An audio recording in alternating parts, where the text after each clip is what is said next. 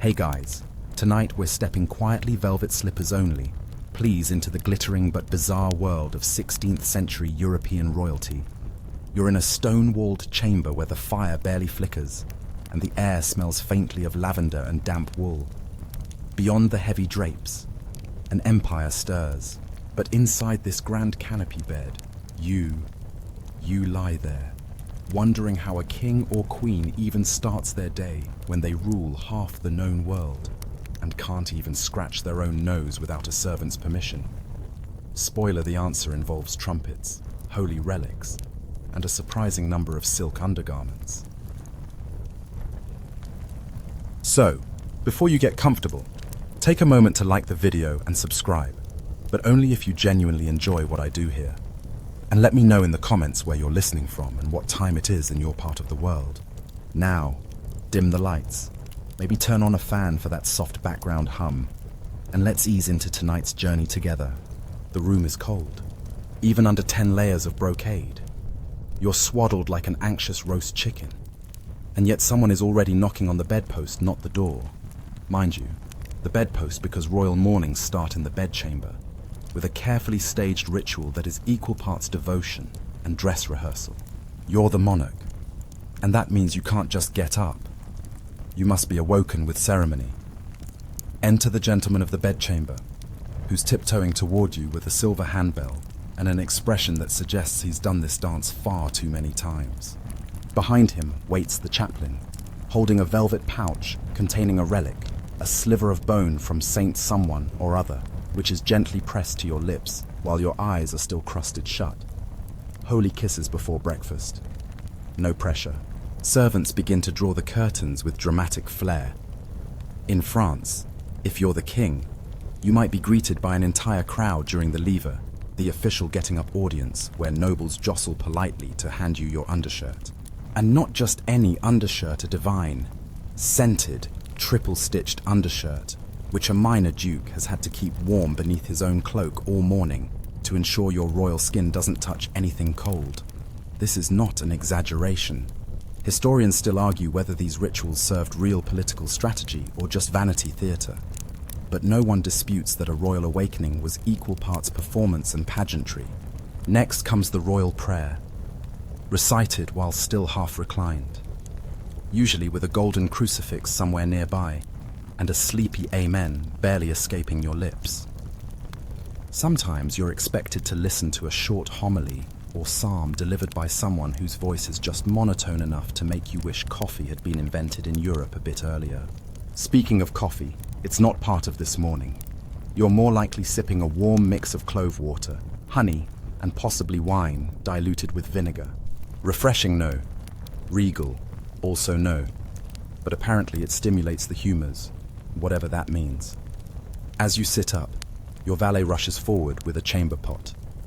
Yes, even monarchs need a moment of relief, and it's carried away with both discretion and the speed of someone who's absolutely tired of this part of the job.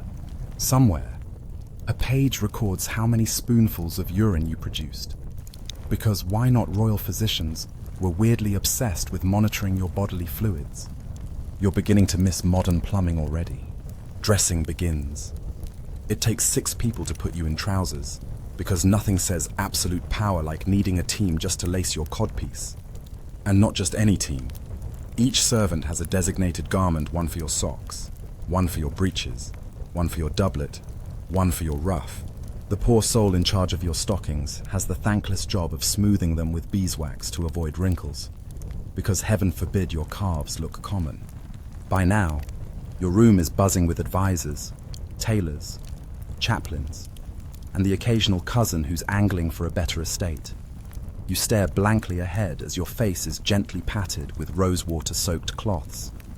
If you're female royalty, this involves even more fuss, perfumed oil rubbed into your temples, a quick scalp massage to encourage hair growth, and sometimes, depending on your court, a light dusting of powdered pearl across the cheeks. One curious tidbit: many royals refused to bathe in the morning. They believed too much exposure to water could unbalance the body's delicate system. Instead, cleansing was symbolic fragrant waters, oils, and incense did the job of soap. To be fair, your skin smells vaguely like a gingerbread candle now, so it's working. Now comes the mirror moment. You stand before a gilded glass and pretend not to notice the bags under your eyes. A servant discreetly lifts your cape and sets it across your shoulders as if it's a divine mantle descending from Olympus. Cue the trumpets. A quartet begins a brief fanfare to announce that His or Her Majesty is officially awake and dressed, and now eligible to receive matters of state. You haven't even had solid food yet, but decisions must be made which ambassador gets 5 minutes of your time, who's marrying whom this week, and whether the duck served last night was undercooked enough to require a beheading. This is life in the palace. Mornings aren't yours, they belong to the court. Before you're even fully conscious, your day is tightly wound in protocol, perfumed oils, and a steady stream of flattery disguised as necessity. There is no snooze button here, only servants, saints, and stockings. But don't worry, you'll have time to eat eventually. Sort of. Next, we head down to the royal breakfast table, where sugared goose kidneys, beer, and boiled plums await. You know, just another meal guaranteed to awaken the senses and challenge your digestion. You finally make it to the breakfast chamber, though to call it that is like calling a royal joust a friendly poke. This breakfast is more performance than sustenance, and as you step onto the black and white marble floor, you feel the day's second spotlight warm your powdered face. Dozens of expectant eyes are already watching. Servants at attention, courtiers pretending not to judge how tired you look in your second-best morning cloak. You sit, or rather, you are guided delicately into your chair by a footman with eyebrows so arched they could qualify as architectural marvels. The chair is carved with lions, lined in velvet, and completely uncomfortable. But comfort is not the point. Presence is. Posture is. Power definitely is. Now, let's eat. A tray is placed before you, but don't get too excited. This isn't the toast and jam situation your 21st century soul might crave. This is 16th century royal breakfast, which means hot beer, sugared meats, and possibly something pickled just for effect. Your main course are boiled eggs soaked in spiced wine. Then, some sweetbread pastries, slightly burned on one side because the kitchen fire wouldn't cooperate this morning. Not that anyone will admit it. Next to that sits a pile of stewed prunes, a nod to the palace physician's ongoing concern about your internal winds. And yes, that's a slab of honey-roasted pork before 8 a.m. You take a bite. It's warm, chewy, and oddly cinnamon-heavy. Apparently, someone misread the spice chart again. You chase it with a few sips of warm, small beer, low in alcohol but strong enough to make you forget the egg texture. Royal children drink it too. Milk is for peasants and the ill. Beer, it seems, builds character. This is not a quiet breakfast. Pages are whispering updates. Servants rotate in and out. A noblewoman sneezes, and everyone stops breathing for 2 beats to see if it was dainty enough to be royal. One poor fellow tries to whisper across the table and accidentally knocks over a pitcher of rosewater. He will not be invited back. Historians still argue whether this meal was nutritionally vital or purely symbolic. But either way, you're stuck here for the full hour. Even if you're not hungry, you must appear to enjoy everything. Royals were expected to model divine satisfaction, even when chewing on overcooked turnips. And this is where things get even stranger. Because breakfast isn't just for eating, it's for diplomacy. Enter the ambassadors. The French envoy bows so low his wig nearly slips off. He offers you a decorative orange, a rare gift meant to symbolize eternal friendship. The orange is promptly handed to a nearby noble, who places it in a golden bowl alongside 3 artichokes and an extremely confused partridge. The Spanish representative presents you with a jar of quince paste, which you are told will help fortify the blood and sweeten the royal mood. You smile graciously. You'll be re-gifting that immediately. A court musician strums a lute in the corner, playing a tune that sounds suspiciously like yesterday's. No one has the heart or the rank to tell him. And then comes the breakfast reading. A young page with a voice like a nervous squirrel reads from the daily agenda. Today's highlights include a hunt, a cathedral inspection, and a state portrait sitting. You consider cancelling all of it and just climbing back into bed with a bowl of figs and a hound. But alas, duty awaits. Your royal siblings, if any, arrive late, fashionably ruffled and already bickering over who gets the better seat at the upcoming tournament. One of them eats a candied rose petal off your plate. You do not retaliate yet. The day is young. Meanwhile, the court physician hovers like a well-dressed mosquito, observing your plate. He makes a note every time you chew more than twice. He's been trying to get you to drink a syrup made from crushed snails and barley, allegedly to cure your winter melancholy. You nod politely and pretend not to understand Latin. Breakfast ends not with dessert, but with a towel ceremony. A valet approaches with a damp cloth soaked in vinegar and rosemary. You dab your fingertips, pass it on, and resist the urge to wipe your face with it like a sweaty actor after curtain call. That would not be regal. Once you rise, the plates are whisked away. The leftover food donated to favored servants or royal dogs, and the dogs eat very well. One more quirk before you go. You walk under the herb canopy, a small arched frame covered in sprigs of sage, lavender, and rue. This isn't just for scent. It's meant to purify your breath and cloak you in an herbal aura as you proceed to official business. Some courtiers believe it wards off bad luck. Others just think it makes you smell like a garden on laundry day. And with that, you're ready to begin your royal obligations. But before we leave the breakfast chamber, let's not forget the poor kitchen staff. They've been awake since before sunrise, battling firewood, melting lard, and preparing dishes for a monarch who may or may not touch them. Their work is invisible, but vital and filled with quirky traditions, like whispering blessings over the stew pot or throwing salt behind them after seasoning to ward off kitchen spirits. You pass one now, an elderly cook with flour on her sleeves and a slight limp. She curtsies so low it looks like she might vanish into the flagstones. You nod. She's been here since your grandfather's reign, and she knows every morning menu by heart, including your secret dislike of gooseberries. As the chamber doors close behind you, you breathe out, deeply. Not because breakfast was restful, it wasn't, but because now, finally, you're allowed a brief moment of stillness before the chaos begins. You smell of rosemary, cloves, and diplomacy, and your stomach is confused, but full. Time now to face your wardrobe and the fashion gauntlet that is preparing to be seen in public. Because next comes the spectacle of royal dressing silks, starch, laces that defy physics, and a cloak so heavy it might have its own gravitational pull. You've barely digested your wine-soaked eggs and candied pigeon when it's time for the next ritual of royal life dressing properly to be seen. And no, we're not talking about slipping on your favorite dressing gown and calling it a day. We're talking layers, lace, armor-like undergarments, and a small army of fashion assistants with trembling hands and deeply personal knowledge of your thighs.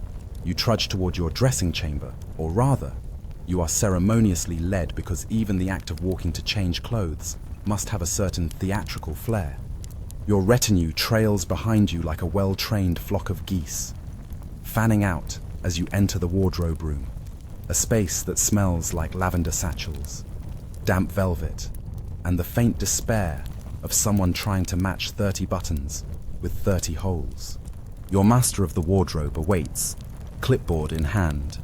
Not an actual clipboard, of course, but something equally stiff and smug-looking, possibly an inventory scroll covered in the sort of script only tailor priests understand. You nod at him with all the enthusiasm of someone about to be shrink-wrapped in silk.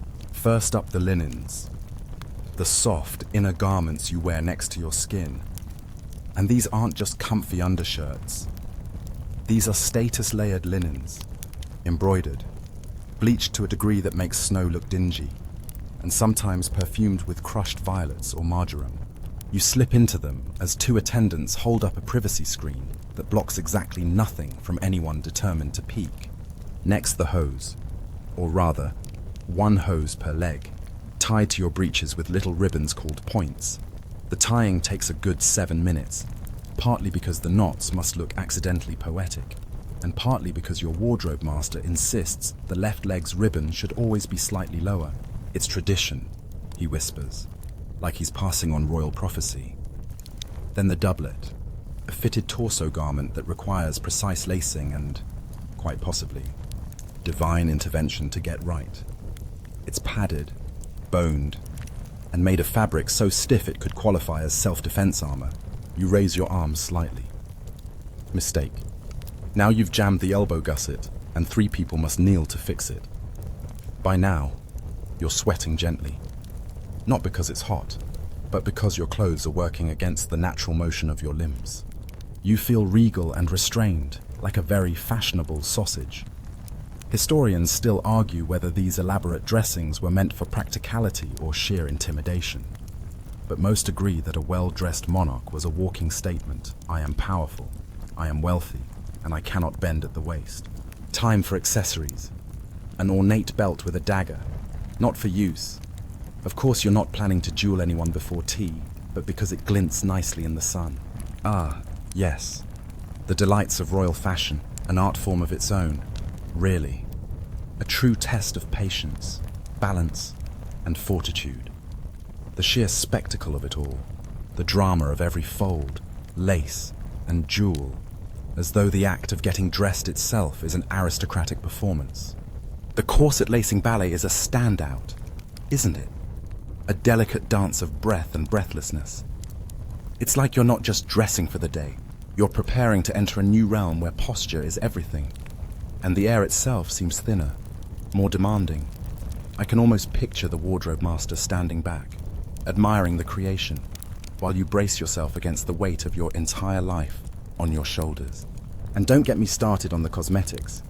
That pale, pristine look, an endless game of subtlety and exaggeration. A little more powder here, a little more rouge there, until you have the face of someone who's just stepped out of a 17th century portrait, but heaven forbid you look anything less than perfectly untouched. What really strikes me, though, is how the entire experience seems like a kind of ceremonial madness, where comfort and ease take a back seat to status and spectacle. How do you think you'd fare in that kind of setting? Would you be able to pull off the royal rigors, or would you be out the door after the first misstep with the lace ruff? Sun-kissed skin is for laborers. So out comes the ceruse, a lead-based foundation mixed with vinegar and egg white, applied with soft sponges and stern optimism. You sit very still as someone pats poison onto your face in the name of beauty. Over that goes a dusting of crushed pearl, perhaps some vermilion on the lips and cheeks, and if you're especially fashionable, a tiny black beauty patch in the shape of a crescent moon or star, supposedly to cover blemishes, but more often used to flirt across a crowded court. You look into the mirror. You are no longer human. You are a symbol of wealth, power, and the ability to wear 15 layers without collapsing. You nod, satisfied, even if your collar feels like it's slowly eating your neck. Suddenly, your royal shoemaker enters, brandishing your morning slippers like holy relics. They're made of brocade, lined with squirrel fur, yes, squirrel, and dyed a shade of blue so expensive it could fund a small rebellion. You slip them on carefully. They're uncomfortable, obviously, but that's part of the point. If your shoes were easy to walk in, someone might mistake you for common. At long last, you're ready. A fanfare sounds in the courtyard below. Your courtiers assemble like birds on a wire, waiting for your descent. You glide to the balcony, not walk. Glide because the cloak has too much inertia for casual movement. As you appear, a cheer rises from below. You raise one gloved hand, imperiously. The crowd swells, and all you can think is, I hope no one notices the ruff is uneven. Behind you, your dresses collapse in silent triumph. Another outfit. Another morning conquered. You'll change again in 2 hours for lunch. Of course. But for now, your look is complete. Before you move on, you glance at the corner of the room. There, hanging like ghostly spectators, are dozens of outfits from previous weeks.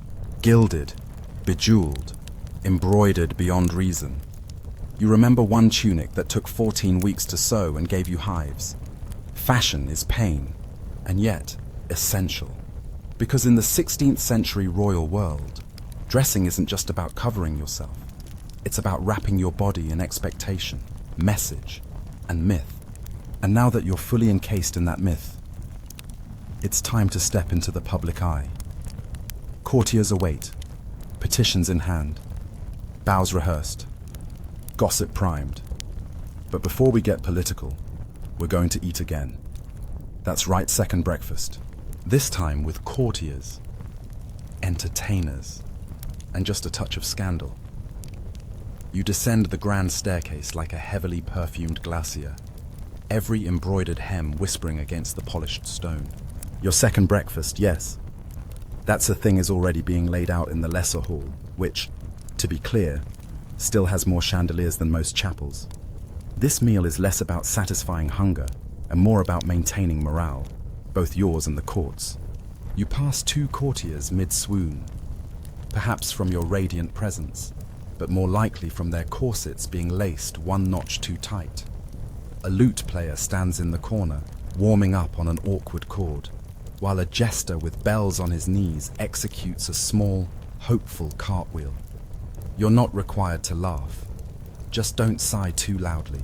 This room is where conversations happen, the kind that could rearrange noble titles, arrange marriages, or accidentally offend a foreign dignitary because someone reached for a sweet roll too quickly. The table groans with options. Marchpane, shaped like swans. Pottage so thick your spoon stands upright. Sugared violets, cinnamon custards, and several cold pies whose fillings you try not to identify. There's also a roast pheasant wearing a miniature crown. No one knows why, but no one dares question it. You are handed a gilded fork, still a newfangled thing, mostly for show, and a napkin folded with such geometric precision it could double as a military blueprint. A cup of spiced wine steams in front of you, and beside it sits a slab of toasted bread spread with quince, and something that tastes suspiciously like rosemary and regret. You take your first bite, nod politely at your surrounding nobles, and brace for the most perilous activity of the day, casual conversation, in a room full of people who desperately want things from you. To your left, the Duke of Sorta Important leans in, complimenting your collar ruffle and hinting at a vacancy in his Southern Estates tax office. You smile, chew, and say something vague about considering the balance of regional appointments, which is royal, but not in 1,000 years. Harold. To your right, a courtier begins a tale about a dancing bear at last week's banquet that, according to her, performed better than some ambassadors. Everyone titters, including the ambassador. Across the table, your cousin twice removed from Navarre sneezes. Into his hands, directly, a page rushes forward with a bowl of rosewater.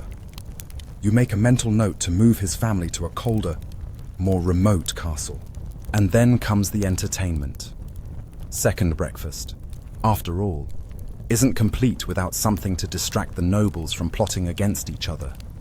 Today, it's a troupe of mask wearers, performing a short comedic play about a peasant who accidentally marries a goose. You're not sure what the moral is, but the costumes are dazzling and the goose costume honks at the perfect moment. Historians still argue whether these performances were truly art or just a way to distract from poor sanitation and expensive wars. But one thing's certain, they filled the long gaps between meals and politics. The show ends with a bow and a flourish. A servant hands you a single sugared almond on a silver spoon, allegedly to cleanse the palate, though you suspect it's just an excuse to show off more silverware. And here comes the most delicate moment of all, the passing of the royal dish. You select a treat today, a candied fig stuffed with ginger, and pass it deliberately to the noble seated farthest from the center of power. It's a signal, a subtle nod of favor, Everyone sees it. Everyone wonders what that lucky lord has done to earn your attention. He blushes, bows, and nearly chokes on the fig. You stand. Everyone stands. Except for one elderly baron who has momentarily forgotten the protocol. A nearby page gently nudges his elbow until he remembers to wobble upright. Your cloak swishes regally, the embroidered falcons on the hem seeming to flap mid-air. You exit the room as quietly as a fully armored jellyfish, leaving the nobles to whisper, analyze, and invent meanings behind every glance, pause, and pastry you consumed. Now comes the walk through the Hall of Petitions, a long gallery lined with tapestries and hopeful people holding scrolls. Some want land, others want pardons. One young man just wants to introduce you to a new strain of gooseberry he's developed in your honor. You nod graciously at each, though your attention is mostly fixed on your next destination, the Royal Gardens, where you can finally escape the stifling weight of attention for a few precious moments. But first, you must navigate the courtiers who snack between snacks. This is an underappreciated cultural niche. Between second breakfast and midday repast, nobles often sneak bites of candied nuts, slices of cured fruit, or if no one's watching, a quick nip of brandy hidden in a book-shaped flask. You pass two ladies-in-waiting doing exactly that behind a curtain embroidered with unicorns. They pretend to be looking for a dropped brooch. You pretend to believe them. And on it goes, the steady rhythm of eating, speaking, smiling, and not tripping over your own hem, which by now has collected more floor dust than a neglected tapestry. You finally reach a side courtyard, where a stone bench offers a moment of mercy. A servant approaches silently with a damp cloth for your hands, followed by another holding what looks like a lemon carved into a flower. It's supposed to freshen the air. You just admire the craftsmanship. There's a breeze now, soft and honey-scented. Birds chirp from somewhere above the carved stone archways. For a moment, you're not a monarch. You're just a person in an absurdly expensive cloak, exhaling slowly into a garden that smells like time, politics, and old stone. And yet, even now, you're being watched. A court painter has snuck into the hedges, sketching your silhouette against the ivy. You tilt your chin slightly. If you're going to be immortalized, it might as well be at the perfect angle. Soon, the clock will chime again. Soon, it will be time for state business, audience chambers, debates about naval budgets, and possibly a stern conversation with your cousin about his alleged goose affair. But for now, here in this quiet patch of garden, with birdsong and lemon flowers, you allow yourself one moment of peace. And that's the true royal luxury, not the jewels or the feasts, but the seconds in between. The brief breeze of peace in the garden fades with the toll of a bell, low and drawn out, as if even time itself is reluctant to return to duty. You rise with practiced poise, the weight of the morning's clothing reminding you just how deeply ceremonial your life has become. It's now time for court matters, and as you re-enter the cool corridors of your palace, every echo of your footfall is a reminder. Being royal means being a living myth, even when you're just trying to avoid hiccups from your second breakfast. The audience chamber looms ahead, massive doors carved with scenes of past glories and disappointments, and one suspiciously handsome depiction of your great-grandfather. Inside, a semicircle of advisors and courtiers awaits. This room is your performance hall, your confessional, your battlefield, and every syllable you utter will be dissected at supper. The ritual begins. A herald steps forward and reads the list of petitioners, his voice climbing and descending like a nervous mountain goat. First up, a nobleman claiming his orchard was destroyed by royal deer. You nod sagely and murmur something about reviewing compensation. Next, a widow whose land has been overtaxed. You signal the steward to make note, all while trying to remember whether she's connected to someone important or just extremely good at public sobbing. Then comes a diplomatic matter, a visiting envoy from a neighboring kingdom with whom you're allegedly at peace but suspiciously out of goose liver pate. He bows so low, you think he might fold in half. His request is simple clarification on some minor trade agreement involving wool, salt, and a goat-shaped crest. You offer a measured response and inwardly wonder why every kingdom insists on weaving goats into diplomacy. One of your more ambitious courtiers suddenly steps forward and presents a map. He suggests constructing a new road, strategically important, but more importantly, it would run right through his brother-in-law's estate. You blink slowly and say nothing. The silence speaks volumes. The map vanishes. A steward brings a silver platter with notes not food, sadly detailing recent rumors from within the court. There's talk of a secret card game in the Queen's linen closet, a scandal involving counterfeit wine labels, and a report that someone is selling forged royal signatures on love letters. You suppress a smile. Historians still argue whether monarchs encourage such gossip to distract from real issues. But there's no denying it gives the court a little sparkle. Midway through the proceedings, the door opens again with a hush of velvet. A small child enters carrying a squirrel in a tiny harness. No one reacts. This is Lord Emmerich's youngest, and the squirrel is named Alfonso. It's their fourth such pet. And by now the squirrel is as accepted as the royal standard. You lean forward slightly, give the squirrel a nod. It chitters with what you assume is respect. You return to the throne, a wooden and gold affair designed for aesthetics, not lumbar support. And now comes the royal signatures, proclamations, approvals, the occasional pardon.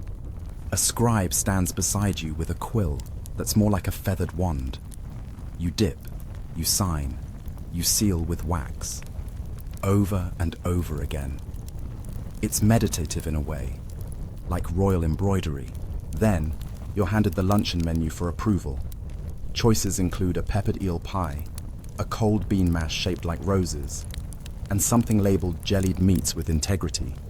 You circle the roast swan, not because you particularly like it, but because today's meeting has made you feel a little regal aggressive.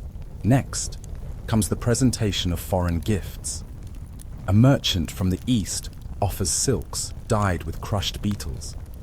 A noblewoman from the North presents a large hand-carved mirror that probably reflects ambition more than beauty. A poet offers a sonnet. You accept each one with a gracious smile and the deadpan patience of someone used to receiving 12 jars of pickled lemons in a single year. And then, the unexpected interruption. A courtier bursts in, breathless, blushing, his doublet askew. He stammers something about a misfired cannon test down by the southern wall. No injuries, but apparently the cookhouse lost 3 meat pies and a chicken named Melchior. You raise one eyebrow, calmly, resolutely, like a monarch who both understands the gravity of the situation and deeply mourns the chicken. The court resumes. Another hour passes. Notes, bows, polite deferrals, and always the scent of politics in the air, something like rosemary, ambition, and worn velvet. By the time you adjourn, you've made 17 decisions, approved 3 new taxes, and gently shamed a noble into apologizing for his outlandish feather hat. As you rise, your knees make a quiet noise. No one reacts. Knees are a treacherous business, especially under all this silk. You exit through the Hall of Statues, where stone ancestors stare down at you with blank eyes and eternal judgment. You glance up at one and whisper, "You didn't have squirrel meetings, did you?" No reply. Of course. But you swear the eyebrow arch looks suspiciously smug today. Back in the corridor, a maid hands you a sachet of herbs, lemon balm, and lavender to hold near your nose. Courtly tradition suggests it fends off bad humors. You mostly use it to block out the smell of Lord Braxton, who seems to believe cloves are an acceptable substitute for bathing. Finally, you arrive at your private drawing room, where the fire crackles and no one can speak without your invitation. You collapse gently like a tired croissant onto a brocade couch. A footman removes your shoes. Another offers a honeyed oat cake, and you allow yourself one long, undignified yawn. This, strangely, is one of the few moments where you feel like yourself, not a monarch, not a spectacle, not a political chess piece, just someone who made it through another court session without throttling a single noble. Outside, the bells are chiming again. It's time to change clothes. Again, this time for the afternoon promenade, where you will walk slowly through the garden while courtiers pretend to admire the roses and quietly beg for favors. And somewhere deep inside, you whisper a sleepy vow to one day invent stretchy pants. You've barely had time to flex your toes when the wardrobe master returns, flanked by attendants carrying yet another cascade of fabric. This time, it's your afternoon promenade ensemble, designed for visible leisure, which is a fancy way of saying you must look both casual and wildly expensive at the same time. The servants gently strip away your luncheon robes with the solemnity of undressing a statue. You're wrapped in new silks, looser but still oppressively elegant, dyed in the latest seasonal hues, something between crushed mulberry and I'm more important than you. A lighter cloak is fastened over your shoulders, held in place with a brooch shaped like a mythical griffin. It weighs more than a baby goose. You glance in the mirror. The ruff is smaller now, less frilled lion and more sensible flower. Good. Breathing will be slightly easier. Your gloves are ivory-colored, with delicate embroidery of vines and bees, symbols of fertility, wealth, and the occasional sting of political failure. And just like that, you are ready. You step into the garden, your slippers whispering across gravel paths. The afternoon sun filters through the trellised vines like a golden net, catching on the embroidery of your sleeve. It's the kind of light that artists adore, and sure enough, a painter hides behind a lilac bush, squinting over a sketchbook. As you walk, your entourage trails at the proper distance, close enough to catch you if you trip on a root, far enough to pretend they're not eavesdropping. The air is filled with the scent of rosemary, lemon balm, and the faint tension of social games about to be played. The promenade is deceptively gentle. To the untrained eye, it's just a stroll. But in truth, it's a battlefield. Every nod, every glance, every step beside someone instead of behind them, it all means something. You pass Lady Helena, who curtsies and praises your bee embroidery a little too loudly. She wants a place for her son in the Treasury office.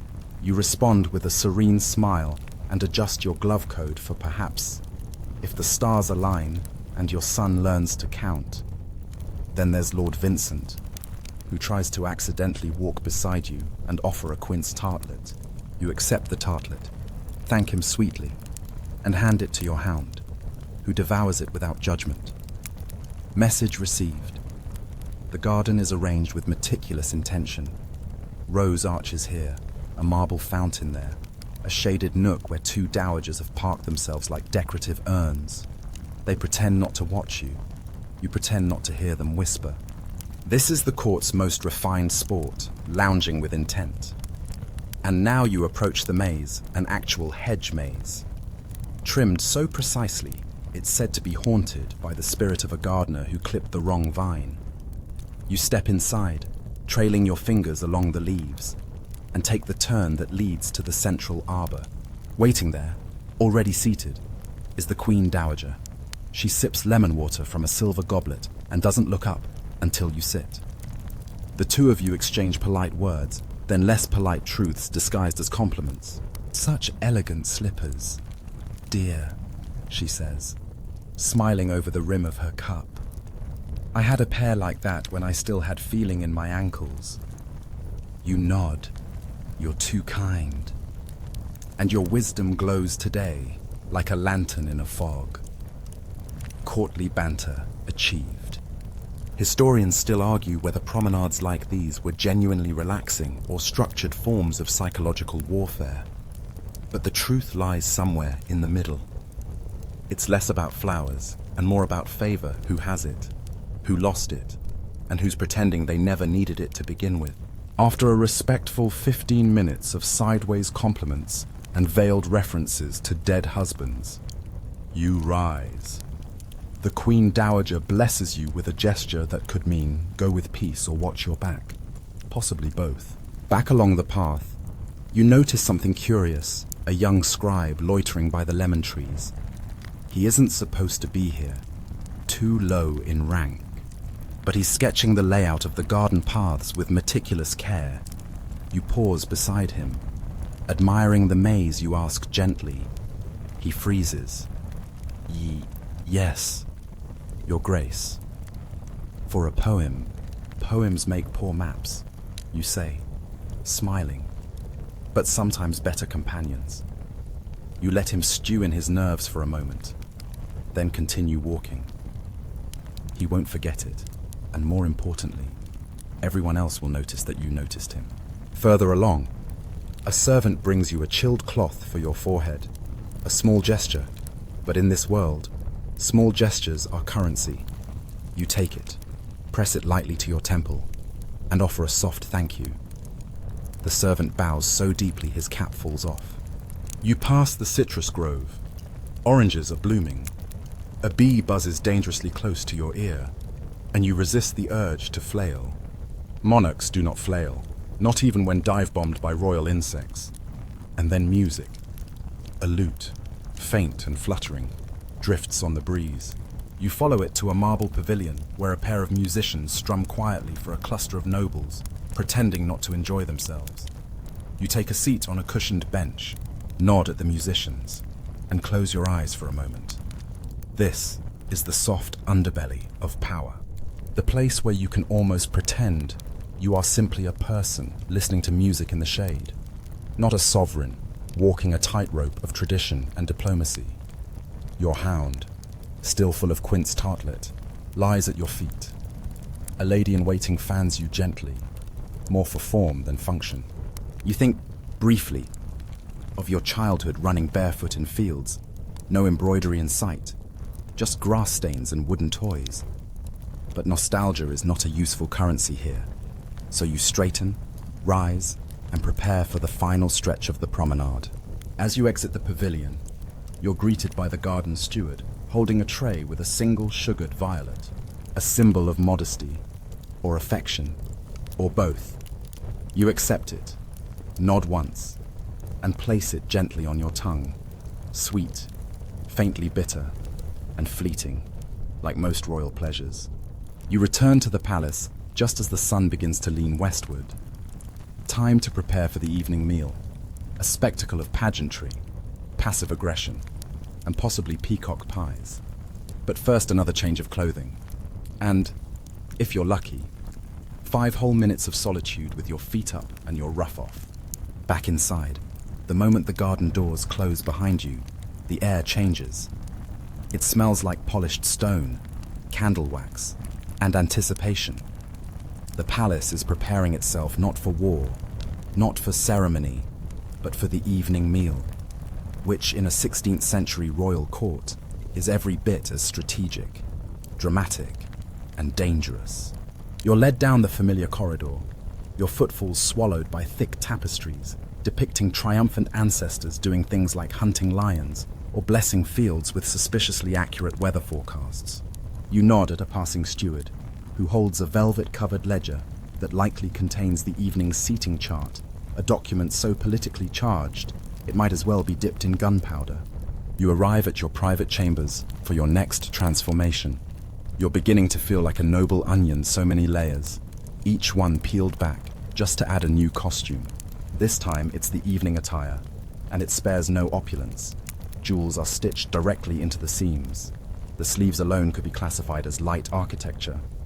There's brocade, velvet, lace, and a surprising amount of structured underlining because nothing says majesty like not being able to sit without assistance. Your doublet or gown, depending on your royal station, gleams under the soft candlelight.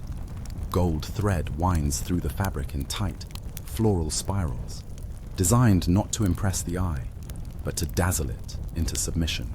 You are, once again, transformed from mortal to monarch, and of course, your personal crest is stitched just behind your left elbow, visible only when you dramatically reach for something like a goblet or subtle vengeance. As you are laced into place, powdered, perfumed, and fastened with at least 4 clasps that no normal human could undo alone.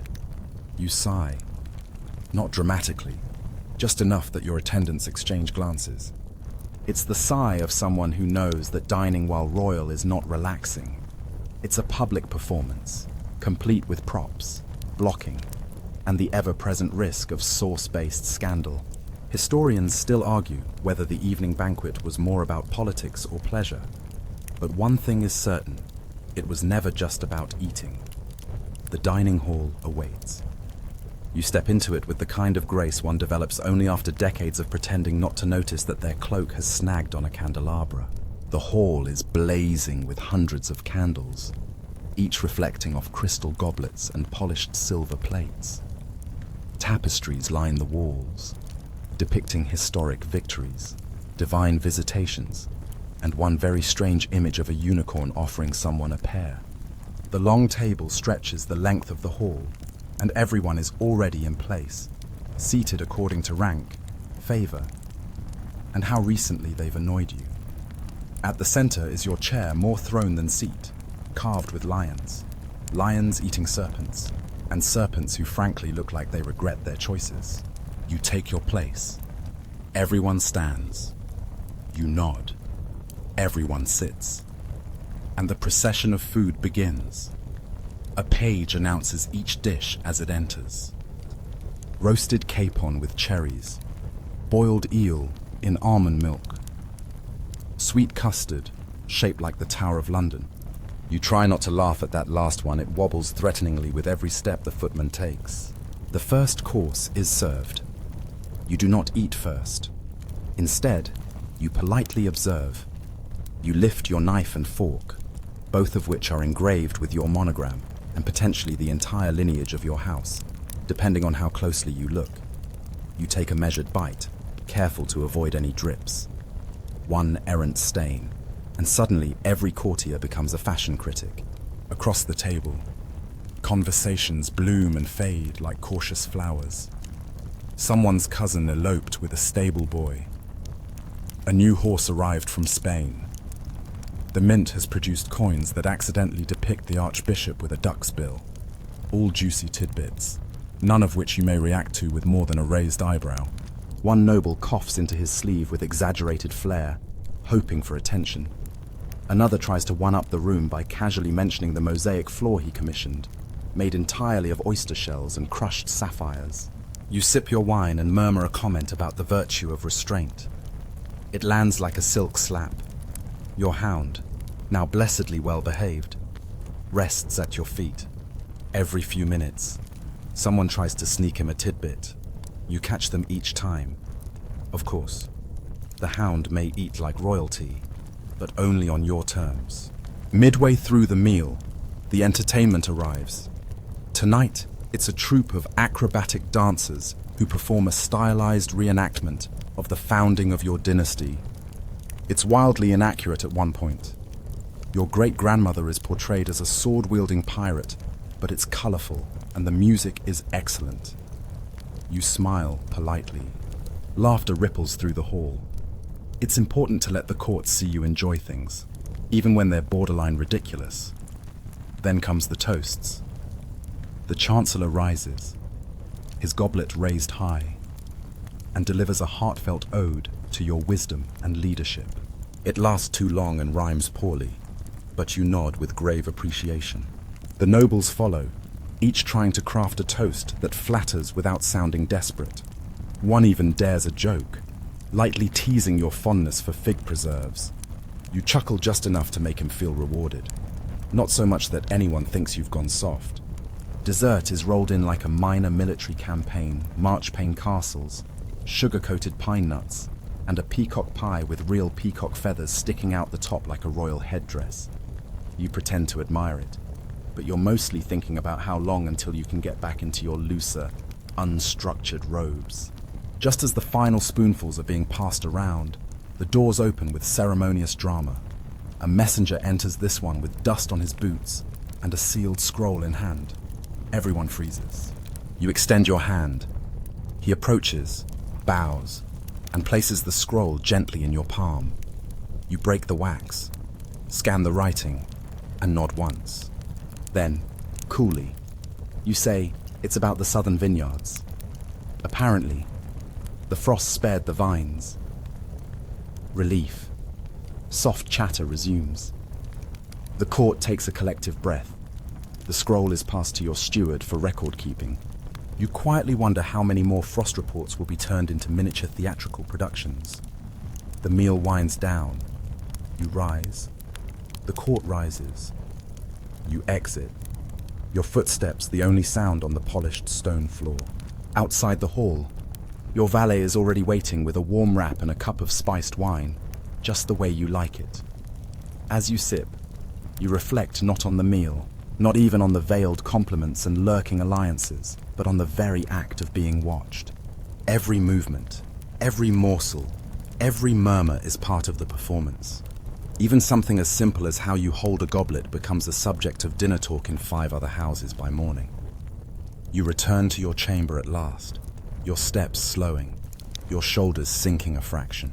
The feast is over, but your day is not. Soon, you'll be expected in the salon for evening games, music, and light conversation, another gauntlet, dressed in velvet. But first, you allow yourself one long breath. Tomorrow, you'll do it all again. The spiced wine lingers on your tongue as you make your way through the velvet-shadowed hall toward the evening salon. The flickering torchlight paints the walls with the silhouettes of your entourage, stretching tall and theatrical, as though even your shadow must rehearse its etiquette.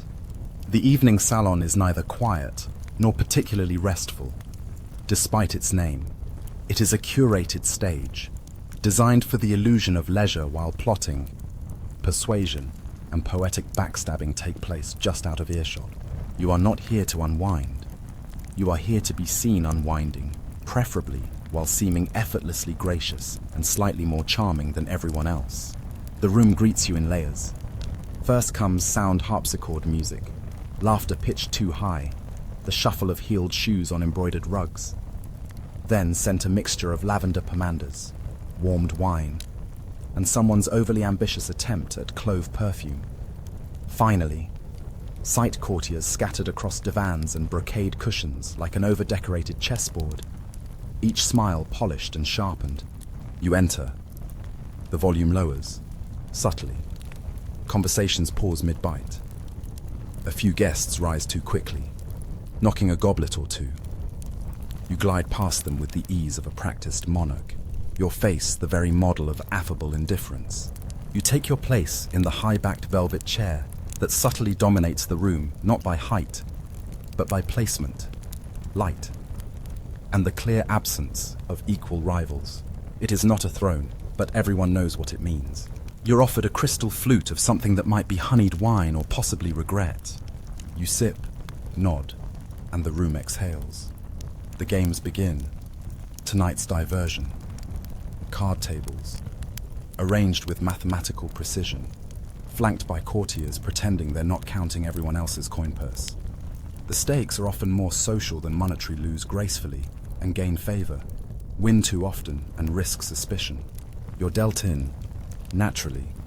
Your opponent is Lady Cecily, who once beat a French ambassador at dice by distracting him with a story about a talking sheep. You both exchange pleasant barbs disguised as compliments. Your ring is dazzling. Your grace, she says, studying your hand. It could blind a novice gambler. You smile, raising an eyebrow, and your bluff is as subtle as a peacock in church. Around the table, fans flutter, laughter bubbles. Someone feigns a swoon. The game continues. Historians still argue whether courtly games served as genuine entertainment or elaborate tests of psychological warfare. But from your vantage point, it's clearly both. One misplayed hand, and you might find your name whispered in 4 new corners of the realm by dawn. You win the round, not by cards, but by withholding satisfaction. Your expression remains unreadable, calm as a moonlit pond. Lady Cecily narrows her eyes, impressed and mildly irritated. Across the room, a bard begins to recite verses in your honor, most of them rhyming and only a few verging on wildly inappropriate. You smile graciously. A few courtiers pretend to swoon again. There's a lot of dramatic fainting in this palace, much of it poorly executed. As the evening winds on, the room takes on that peculiar tension unique to royal salons, half drowsy, half strategic. A young noble quietly slips a sealed note into another's palm. A duchess gestures too often toward the eastern wall tapestries, drawing attention to the family crest embroidered there, her not-so-subtle way of announcing lineage and reminding everyone of her husband's land dispute. You excuse yourself from the card table and move to the music corner, where a trio of lutanists plays a lilting tune about a miller's daughter who turns into a star. It's calming, vaguely melancholic, and entirely fabricated. You listen for a moment, letting your posture soften just enough to suggest you're relaxed, not enough to invite commentary. Then, a curious moment. A young scholar, barely of noble blood, approaches with a small box. He bows low and offers it, eyes downcast. A puzzle box, Your Grace, of my own design. For your amusement, you take it, examine the intricate carvings, and twist the top until it clicks open. Inside is a folded piece of parchment. A riddle. You read it aloud. What always arrives, never stays, and cannot be held. The room leans in. You sip your wine, smile faintly, and murmur, "Tomorrow." There's a pause, then scattered applause. The scholar flushes, equal parts thrilled and terrified. You hand the box back. "Make a better one for next week," you say, and he nods so hard his hat nearly flies off. These moments, unscripted, quiet, odd, are the ones you treasure.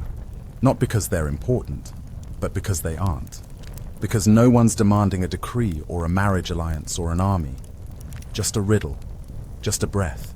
You rise again, moving through the salon with deliberate grace, bestowing small words like gold coins. A compliment here, a subtle warning there, a gentle reminder to an aging baron that yes, you remember his daughter's coming-of-age feast is next week. A musician strikes a wrong note. A child laughs too loudly in the corridor. A goblet drops. These things pass unnoticed by the guests, but not by you. You absorb them all, tuck them away. Everything matters, eventually.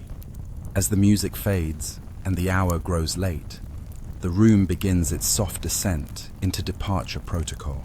Courtiers stand slowly, murmur good nights, and back away with the reverence typically reserved for holy relics or venomous snakes. You remain seated until the room is nearly empty, then rise and exit through the violet gallery, a hall named for the deep purple damask covering its walls. The scent of lavender is faint here, like memory. Your footsteps fall silently on the plush carpet, and your thoughts drift back to the riddle, back to the meal, back to the garden, back to the first costume of the day, which now feels like it belonged to someone else entirely. You reach your private quarters again. The servants are waiting with a warm basin, a linen robe, and the knowledge of exactly how many pins were in your hairpiece. You undress slowly, savoring the return of breath, of skin, of self. The makeup comes off. The jewels are lifted away. The final garment slips from your shoulders like dusk swallowing the sun. And finally, you are alone. You climb into bed curtained, cloud-like, absurdly large, and pull the coverlet up to your chin. A fire crackles in the hearth, somewhere beyond the palace walls. A fox yips in the dark. Tomorrow, there will be more costumes, more decisions, more riddles and dances and goose-liver disputes. But for now, there is only the hush of fabric, the flicker of flame, and the royal sigh of a soul allowed, for just a moment, to be human. Morning begins again, not with sunlight gently filtering through gauzy curtains, but with the unmistakable clatter of the court clock chiming the 7th hour. It tolls with the subtlety of a cathedral bell dropped on stone, and your body responds before your mind does. Your eyes blink open, and there it is again, the undeniable truth that you are still, irrevocably, a royal. The curtain around your bed is drawn back by a silent servant with the precision of someone defusing a bomb. Another brings in a tray steaming herbs in water, thick cut bread slathered in honey, and a pear that looks like it's already been pre-approved by 6 advisors. You sit up slowly, robe already warmed and waiting. Outside, the world is still yawning awake. Inside your room, however, the machine of monarchy is already in motion. This morning's agenda begins not with statecraft or military briefings, but with something far more treacherous: portraits. Yes, today is sitting day when your likeness is to be immortalized yet again. This time for a series of commissioned works meant to hang in embassies and cousin duchies across the continent. Apparently, you need to look simultaneously generous, powerful, ageless, pious, and slightly intimidating, but approachable. Like a benevolent storm cloud, you're dressed in your portrait ensemble, which includes at least 2 garments that rustle like dry leaves, and a collar so wide it might be visible from space. A small monkey embroidered near the hem of your cloak seems to smirk at you knowingly. You nod at it in silent solidarity. You're led to the royal studio, a tall room filled with filtered light and people pretending not to notice how awkward it is to pose like a victorious marble statue while someone paints your earlobe. The artist, Master Albrecht, is already there, setting up his pigments. He bows deeply and begins his ritual flattery. "Your Grace," he says. The light dances across your brow like moonlight on sacred water. You blink. "I haven't had tea yet." Albrecht. He understands. He begins mixing his paints. As you sit, angled just so, a curious thought drifts in. Historians still argue whether royal portraiture was a genuine reflection of the sovereign's appearance, or merely a polite fiction meant to reassure foreign powers that their allies had excellent bone structure. You suspect it's the latter. The first hour passes in silence, save for the occasional scratch of brush on canvas. Your arm begins to go numb. You're posed as if gently contemplating the affairs of the realm, but your brain is reciting pastry recipes. The door creaks slightly, and a steward pokes his head in. "Your Grace," he murmurs. "The ambassador from Sardinia has arrived early." You raise one eyebrow, your only allowed movement, and reply, "Tell him to sketch me from memory." The steward vanishes. Halfway through, Master Albrecht asks if you'd like to be depicted holding a symbol, perhaps a scepter, a scroll, or a dove. You suggest a cup of tea. He laughs. You do not. Eventually, a break is granted. You stand, limbs crackling like dry parchment, and step behind a screen to change into your afternoon ensemble. This one is simpler, only 12 pearl buttons and a less theatrical neckline. You mutter thanks to your attendant, who's already untangling the golden thread that snagged on your chair cushion. From there, you're ushered into the map room, where the Sardinian ambassador is finally received. He is short, impeccably dressed, and carries the kind of smile that usually means he wants something. You motion for him to speak. "Trade routes," he says. "We would like to propose a triangular exchange. Olives for grain, grain for lumber, and lumber for horses." You nod slowly. "Where do the horses come from?" He blinks. "You, Your Grace." "Ah." The meeting continues. The ambassador makes his case with diagrams and a scroll that unfolds twice as long as your dining table. You point out that the grain routes cut through marshland, the lumber may be infested with beetles, and the horses, your horses, are not to be bartered lightly. Still, you're polite, diplomatic, graciously firm. By the end, the agreement is postponed politely.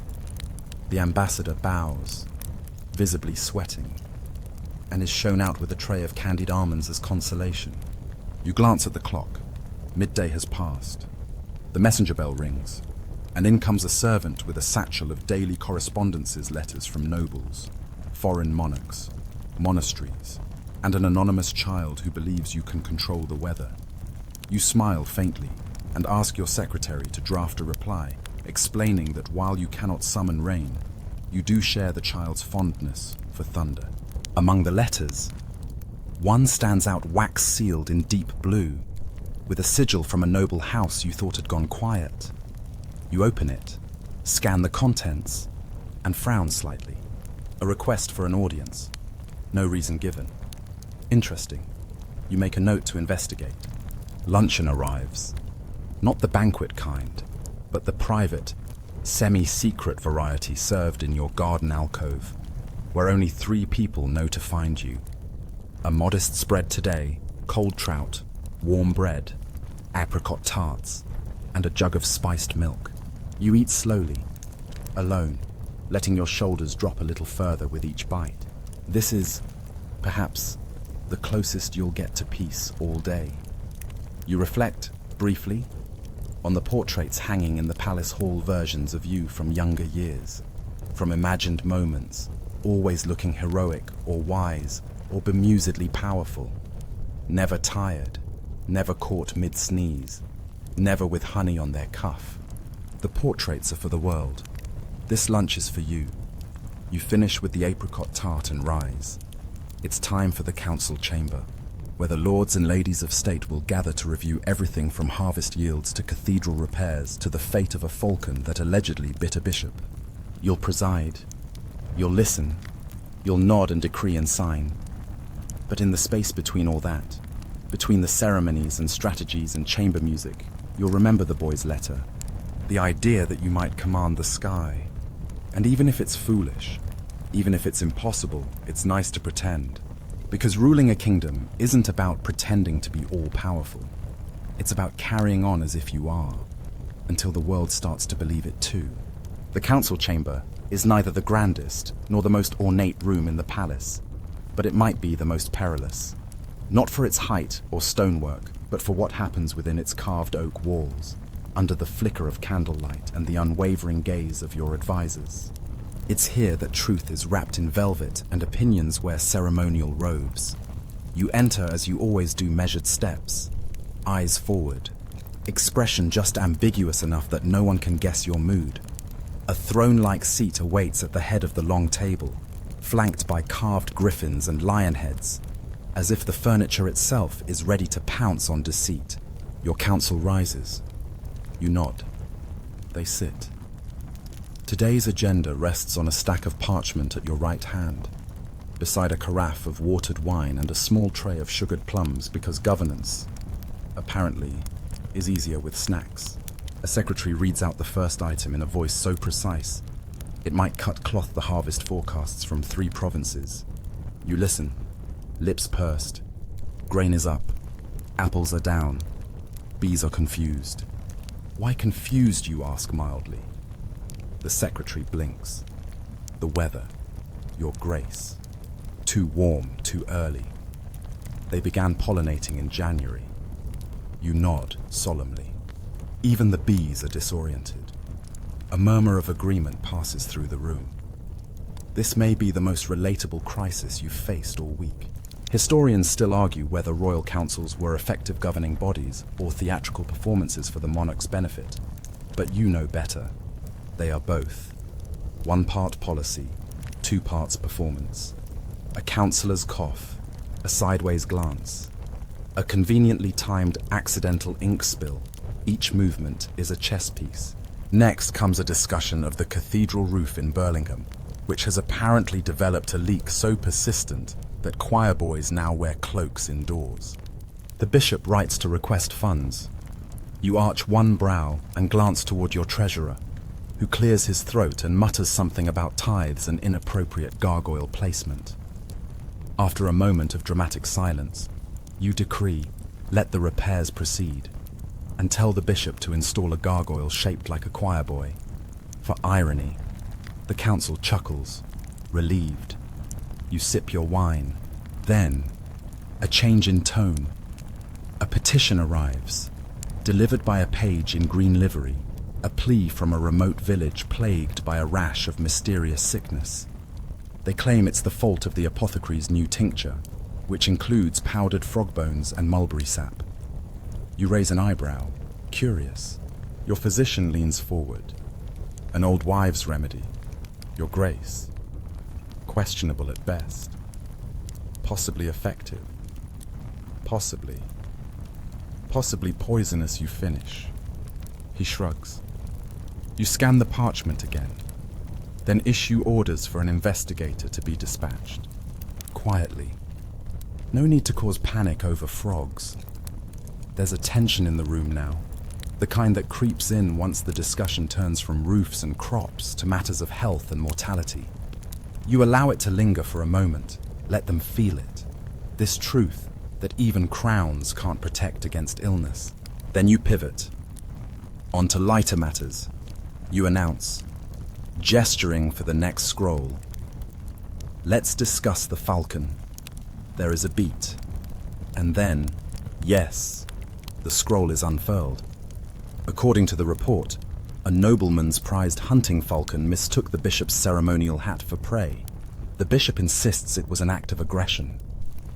The nobleman suggests perhaps the bishop's hat was asking for it. You fight a smile. Was the falcon punished, you ask? Clipped wings, says your steward. You nod slowly. And the bishop?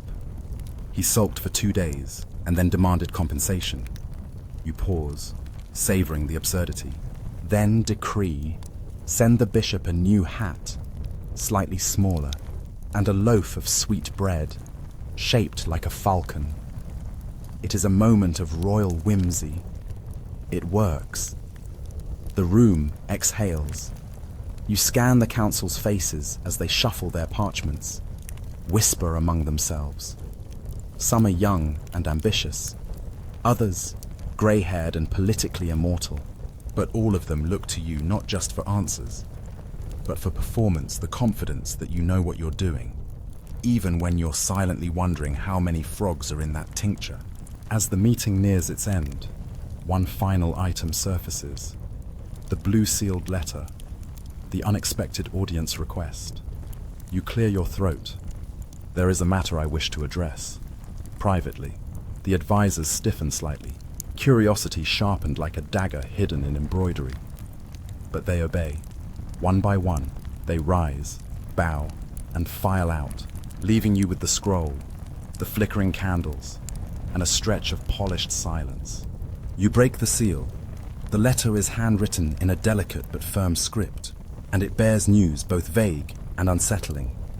The writer speaks of rumors in the north of gatherings in the woods, of dreams that come in patterns, of people saying your name without context or summons.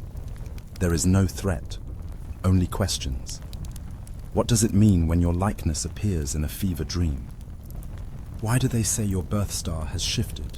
The letter ends with, I ask only for your presence. Come at your choosing. Come alone. You reread it twice. Then a third time. Outside. The daylight fades. Shadows lengthen. The council chamber feels less like a hall of governance and more like a waiting mouth, and you, sitting in its teeth. You fold the letter and tuck it into your sleeve. Not because you believe in rumors, not because you fear dreams, but because something in the wording stirs an old feeling, something half forgotten and half feared. A memory of the woods, the stars, and something someone once whispered when they thought you were asleep. You rise. There's still much of the day left, an inspection of the kitchen, an evening stroll among the courtiers, perhaps a lullaby performed by the palace musicians before supper. But the moment you leave the council chamber, the blue-sealed scroll still resting against your arm, you know one thing for certain. You'll answer the summons. Not yet, but soon. Because in a court where everyone watches everyone, the true power lies in what you choose not to say. And tonight, you will say nothing. Not about the letter, not about the north, not about the stars. Just one more riddle to carry silently beneath your crown. You walk the length of the eastern corridor in silence. shoes brushing over polished stone etched with ancient vines and faded symbols no one has bothered to translate for generations. The hush of the council chamber still clings to your robes, but here, the air is different, lighter somehow, touched by wood smoke, a trace of cinnamon, and the faint, comforting clatter of distant kitchen work. You're heading for the royal kitchens, not because you need to eat again, but because it is one of the few places in the palace where people say exactly what they mean, and say it loudly. As you approach the swinging door, thick oak, worn smooth by generations of elbows, you hear the familiar orchestra of clanking pots, shouted orders, and the thump-thump of dough being abused into submission. The scent that greets you is nothing short of glorious roasted onions, fresh thyme, honey-glazed root vegetables, and something you can only describe as hopeful pastry. You push the door open. Instantly, the room jolts. Half the staff freezes like children caught gambling with candied walnuts. A few drop into clumsy bows. One poor scullion knocks over a jar of cloves. And a wide-eyed butcher's apprentice whispers, "They're real, like you're a unicorn and not a monarch with crumbs on your sleeve." You raise a hand. "Carry on." And they do awkwardly. At first, then gradually, more naturally. The head cook, Mistress Tilda, stomps forward with the confidence of a woman who's scalded barons and outlasted 3 royal diets. "You're early," she says, hands on hips. "Just hungry for honesty," you reply, lifting a spoon from a bubbling pot with practiced grace. She slaps your hand away. You smile. The kitchen is organized chaos, loaves rising like sleepy mountains under linen cloths, spices laid out in symmetrical rows, meats hanging like quiet sentinels from wooden beams. There's a rhythm here, a music all its own, conducted in flour and fire and sarcasm. Mistress Tilda leads you to the corner table where today's feast components are being staged. She lifts a lid to reveal a dish she calls Victory Stew, because once, long ago, it was served after a skirmish where your grandfather's forces accidentally conquered a turnip farm. You ask what's in it. She shrugs, still figuring that out. A kitchen boy brings a tray of tarts shaped like the family crest. You take one. It tastes of spiced apple and ambition. While you chew, Tilda leans closer. "They say the mushrooms from Ebermoor have returned." You pause. "The ones that glow," you ask.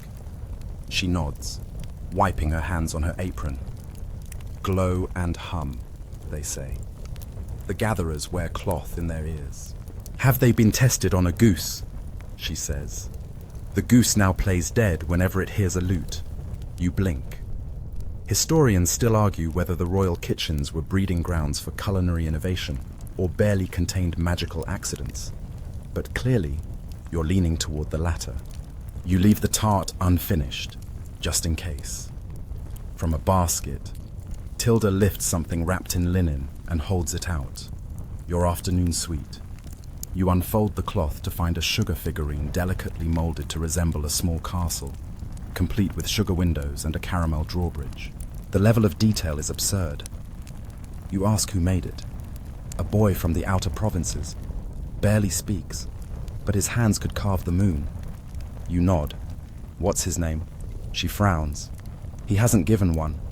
You pocket the sugar castle anyway. A reminder that even in a world built on speeches and seals, some messages arrive through silence and sweetness. You step back through the door and return to the corridor, the din fading behind you. You pass a tapestry depicting your great-aunt defeating a dragon with a spoon.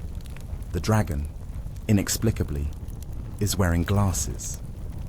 There's something comforting in the kitchen's madness, a reminder that beneath the gold, there is always grain. And somewhere, someone is grinding flour, whether you decree it or not. You pass into the gallery of mirrors, a hall designed to reflect not just your image, but your myth. Every step is doubled, every movement echoed. The glass shows you from angles you rarely see: curious, tired, regal, hungry. You adjust your collar. 100 yous do the same. And then, at the far end of the mirrored hall, a child appears. Not one you recognize. She stands perfectly still, no older than 8, in a pale blue gown, her hair pinned like a courtier's but eyes wide with something unfiltered curiosity, perhaps, or defiance. "Who are you?" you ask, gently. She blinks. "I'm the seamstress's niece." You nod. "Are you really the ruler?" she asks. You smile. That's what the mirrors say. "Do you get to eat the first piece of pie only on Thursdays?" She giggles.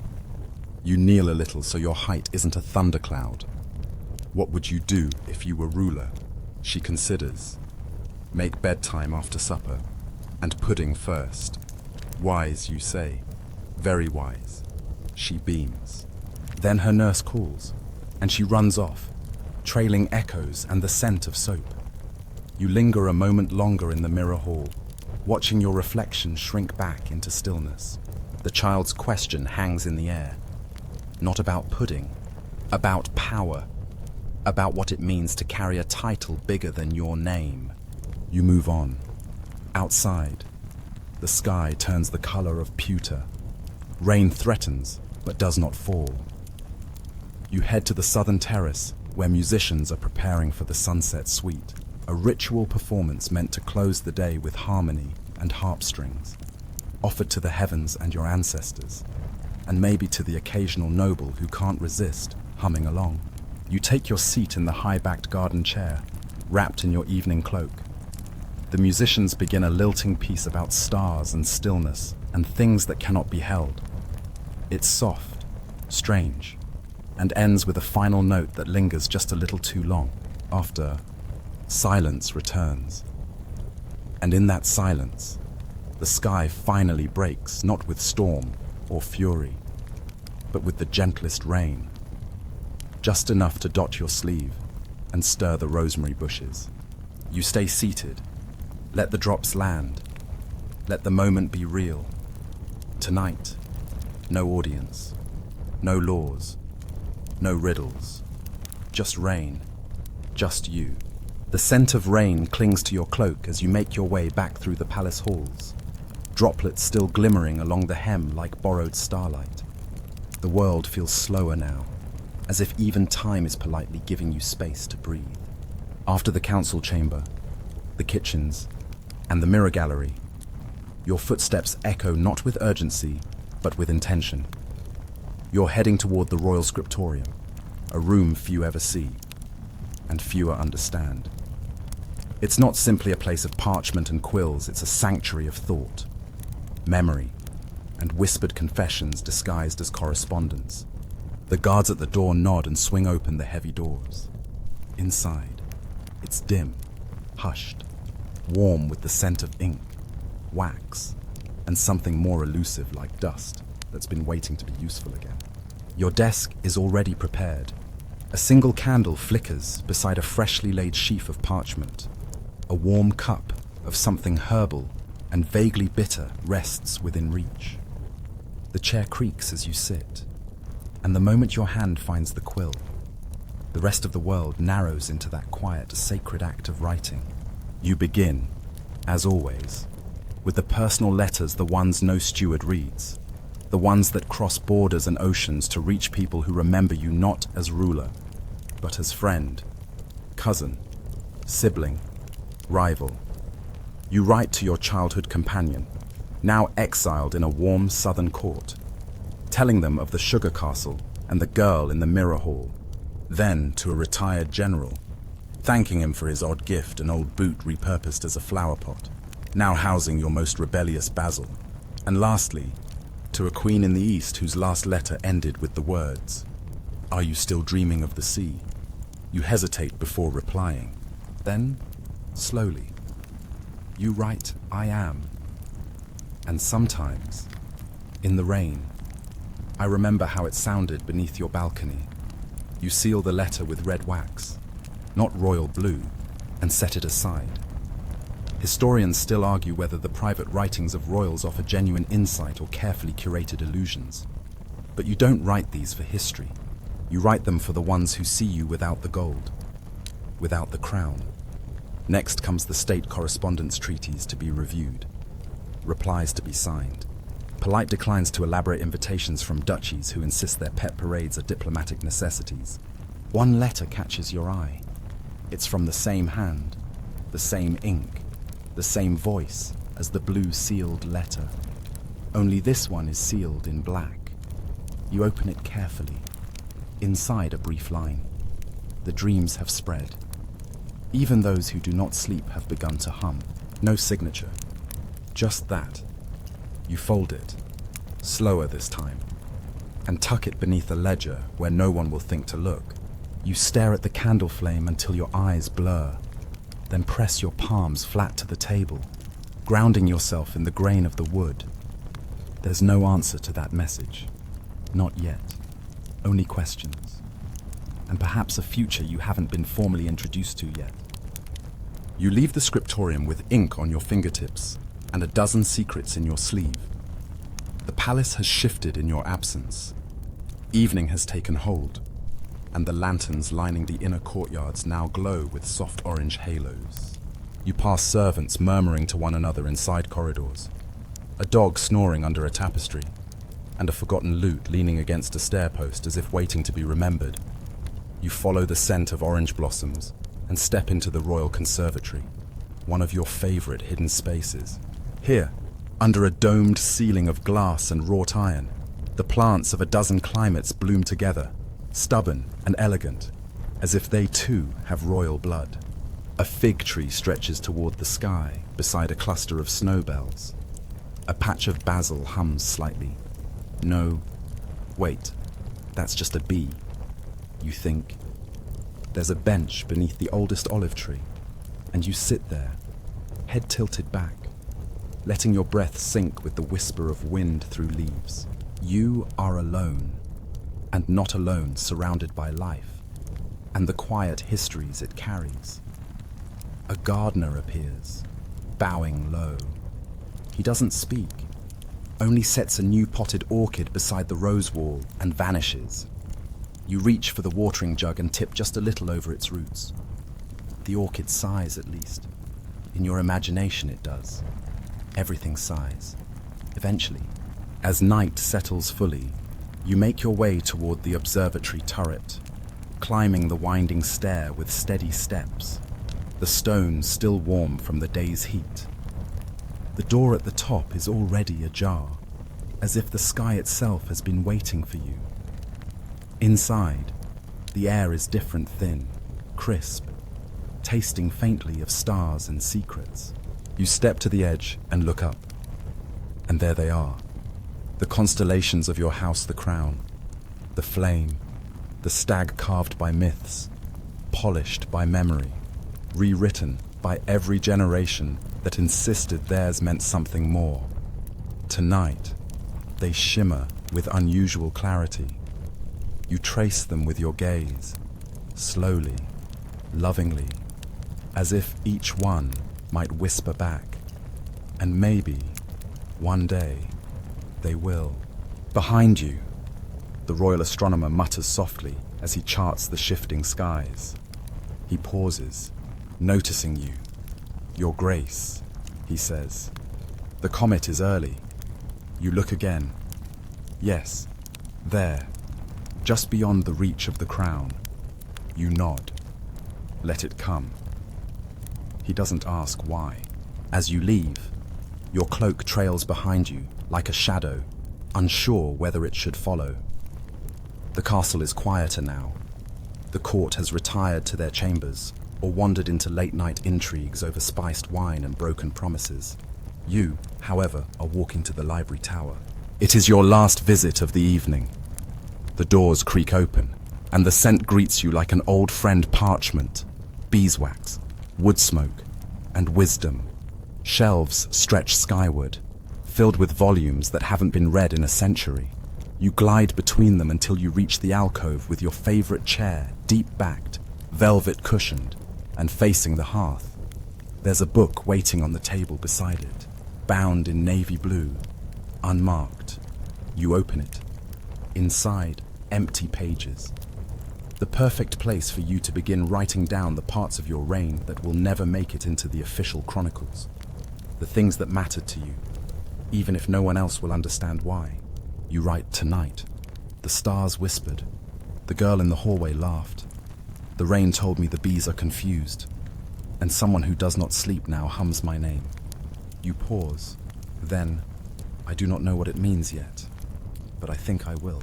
When you finally return to your private chambers, it's with the quiet satisfaction of having navigated a day full of puzzles, both diplomatic and deeply human, and still managing to keep your crown straight. The corridors behind you fade into soft gold and flickering torchlight, like a story folding itself shut after the last page is read. Inside, the room is warm. A fire crackles low in the hearth. Your favorite slippers, absurdly soft, embroidered with two very smug lions, wait by the chair. There's a fresh basin of lavender water for your hands and a silken robe laid out, its sleeves trimmed with thread that glints faintly, even in candlelight. You sink into the chair with a sigh that feels like an uncorked bottle of good wine. A servant enters silently, with a tray warm milk spiced with nutmeg and clove, a plate of sugared almonds, and what appears to be a tiny sandwich filled with is that quince. You take a sip of the milk and let the heat bloom in your chest. Outside, rain taps softly against the windows, gentle, almost conversational, like it's checking in after a long day apart. Tonight's final duty is one of ceremonial rest, not sleep, not yet, but a kind of royal winding down that has its own structure. You're to review the latest reports from the Keeper of Curiosities, a title given to the one person in your realm whose job it is to catalogue the strange, the rare, and the inexplicably magical. A scroll sits on your nightstand. You unroll it and begin to read. Entry number 404. The compass that points not north, but toward the nearest lie. You blink. Still untested. No volunteers. You chuckle. Entry number 405. A mirror said to reflect not the viewer's image, but their truest regret. Broken. Possibly on purpose. Entry number 406. A sealed jar labeled midnight. Contents unknown. Keeps humming. Awaiting your decision. You stare at that one a little longer than you mean to. Historians still argue whether royal collections were centers of scientific progress or glorified junk drawers, but you've always believed they are where magic pretends to be science until someone proves otherwise. You set the scroll aside and pad across the room to the cabinet by your desk. Inside are a few items not listed in the official inventory. A ring said to turn warmth into light. A tooth from a creature no one dares name. A letter you never sent. And the blue sealed scroll still tucked neatly in its ribbon. You touch it lightly, as if it might burn. Then close the cabinet and lock it with a key you wear on a chain under your shirt. Some secrets are meant to sleep beside you. You stretch, yawn, and slip into your robe. The bed waits, its canopy like a velvet sky above a soft, cloud-stuffed mattress. The sheets are cool, smooth, faintly scented with rose water and cedar. As you settle under the covers, a servant extinguishes the last candle and retreats with the silence of a shadow. Now, only the firelight flickers across the ceiling. You listen to it crackle, to the rain whisper, to the silence deepen. Your mind drifts not just from the day, but from the palace itself, to the north, to the woods mentioned in the letters, to the dreams, the humming, and then, quite unexpectedly, your eyelids grow heavy. You smile in the dark. Maybe not everything needs decoding tonight. Maybe some riddles prefer to be dreamt first. Your thoughts sink like a stone into warm, deep waters. And then the bell tolls. You jolt upright. It's the third bell, the signal reserved only for matters of absolute urgency. A summons, not a drill. You throw on your robe and cross to the door, already calling for your steward. He arrives, panting. Your Grace, a visitor, alone, unarmed, no name given. You frown. At this hour they say it concerns the dreams. You freeze, then nod. Let them in. You make your way down the service stairs, robe swishing against the cold stone, candle in hand. No guards, no entourage, just you and the sound of your own breath. At the bottom, in the receiving chamber, stands a figure cloaked in grey, hooded. Still, they don't bow. They simply raise a gloved hand and extend a small, folded square of cloth. Blue silk. You take it. Who sent you, you ask? They tilt their head, then say one word. You. The cloth unfolds. No letter inside, only a symbol, a circle of stars, and in the center your own sigil, but reversed. A chill curls down your spine, slow and deliberate. You look up, but the figure is gone, not fled, not dismissed, simply absent, like fog before dawn. You stand in the silence, fingers still curled around the silk, and slowly, inevitably, you understand.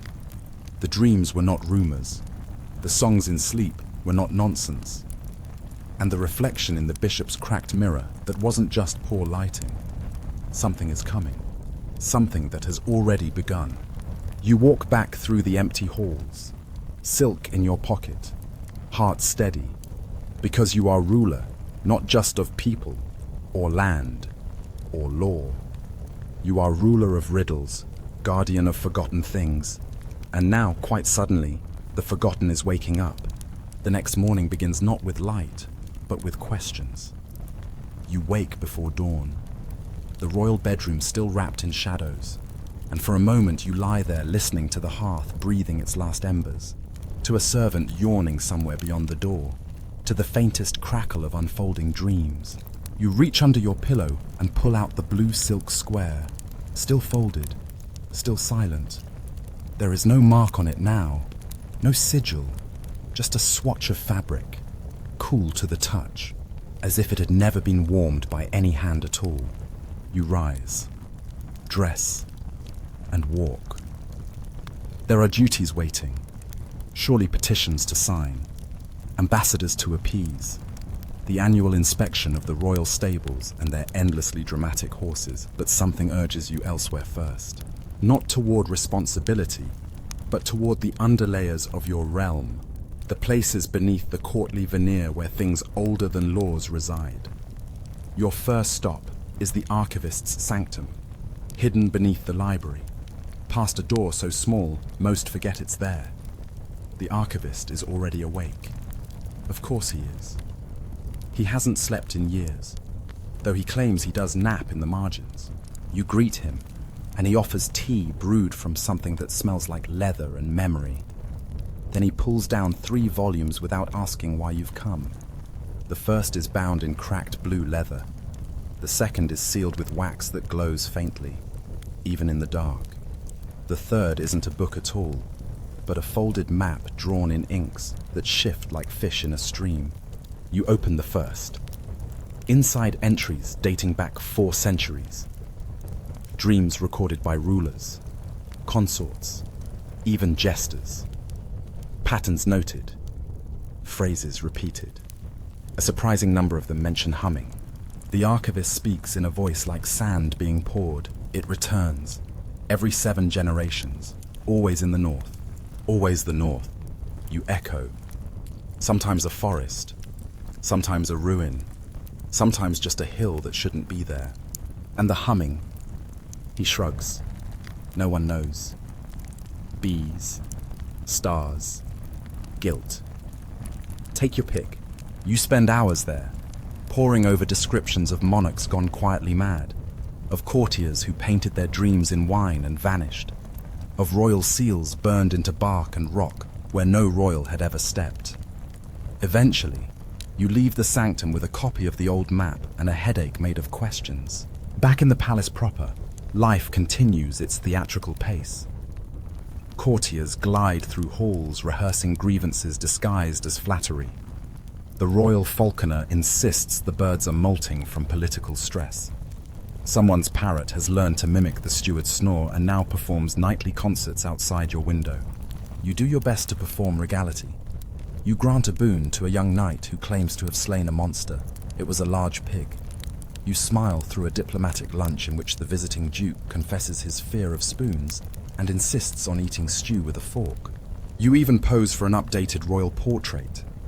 The artist asks if you'd prefer to be painted holding a sword, a scepter, or something more enigmatic, like a frog.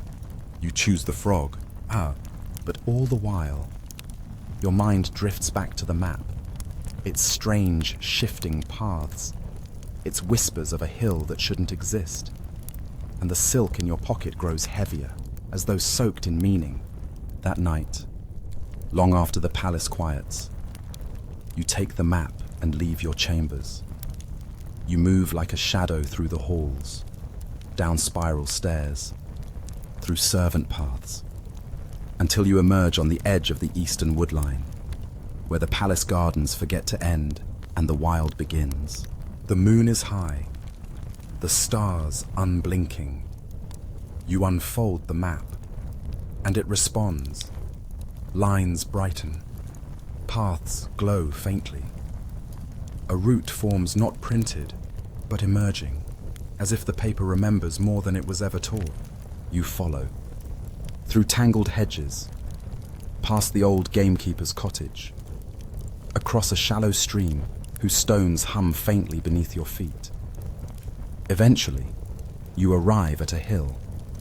It's not on any other map, not on any document in your library, and yet it is unmistakably there, low, round, oddly symmetrical, as if it had been placed rather than grown. You climb it. At the top, silence, then the faintest note, like the edge of a song or the echo of a thought. You kneel, press your palm to the grass. It's warm. Beneath the soil, something responds. Not words, not visions, just attention. You're not sure how long you remain like that, listening, remembering, forgetting what remembering means. When you rise, the sky has shifted.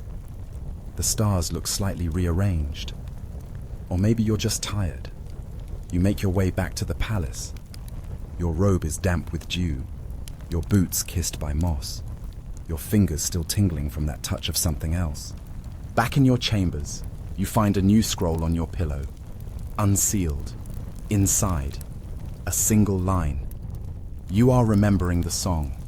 You sleep with the scroll in your hand and dream of birds with velvet wings singing lullabies in a language you don't know but understand anyway. You wake with the sunrise cutting a soft golden line across your chamber wall, the scroll still loosely held in your palm, the imprint of its curled edges faintly pressed into your skin like a temporary tattoo from another world. The dream lingers not just in the mind, but in the body, as if every bone had hummed overnight in gentle harmony with something deeper than thought. You dress slowly.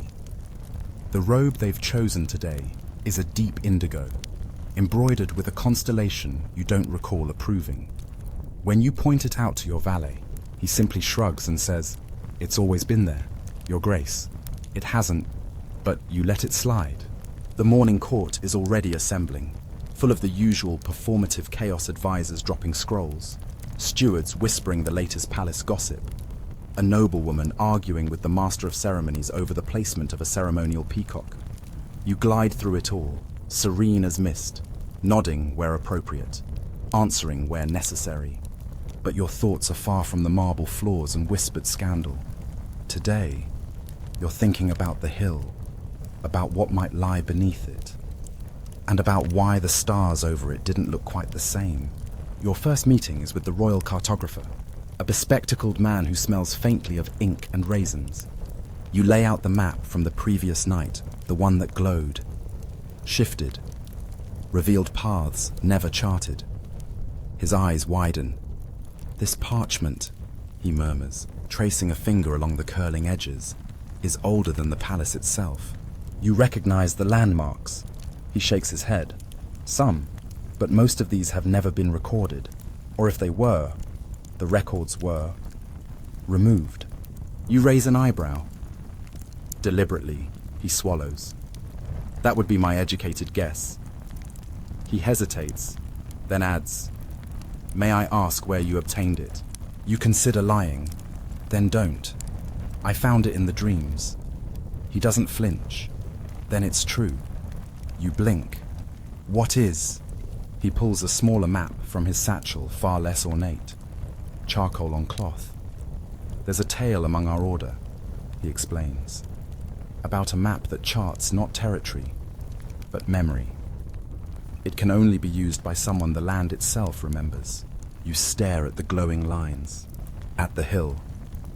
"The land remembers me," you ask softly. "Apparently," he says, with a nervous little chuckle. "I'd recommend not disappointing it." You thank him and leave the map with him for further study. Your next visitor is less academic and far more dramatic. The chief dreamkeeper of the royal sanctuary bursts into your study like a storm in velvet robes, carrying a bundle of scrolls tied with every color ribbon known to nobility. "We must talk," she declares, eyes wide. "Your dreams have leaked." You blink. Leaked. She slams a scroll onto your desk. 3 courtiers reported visions of the hill last night. 2 chambermaids described humming they couldn't trace. And one of your pigeons sang a lullaby in perfect rhyme. You open the scroll. Handwriting shaky, but familiar.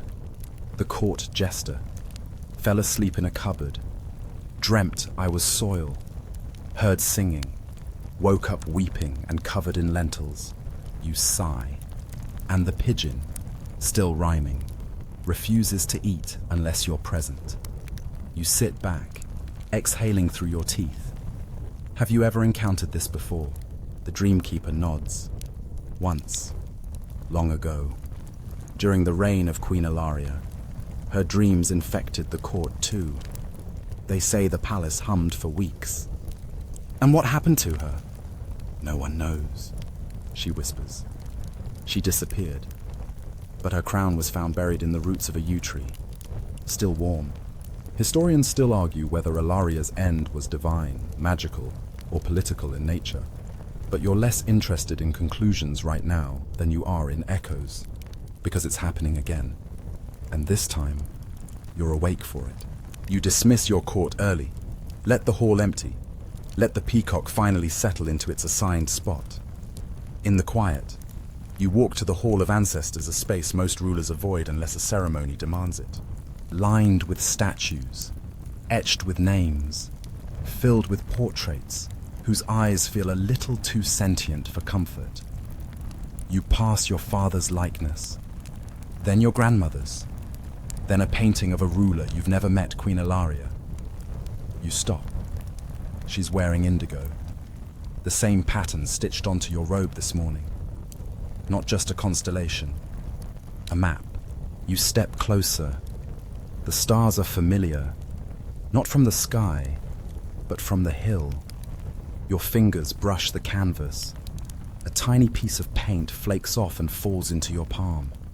Beneath the indigo gold, hidden beneath her robe, her crown, not discarded, just concealed. You whisper her name. The hall does not answer, but something within you does. It says you are not the first, but you may be the one who returns. You leave the hall changed, not outwardly, but deep, deep within the root system of your understanding. That night, you return to the hill, alone.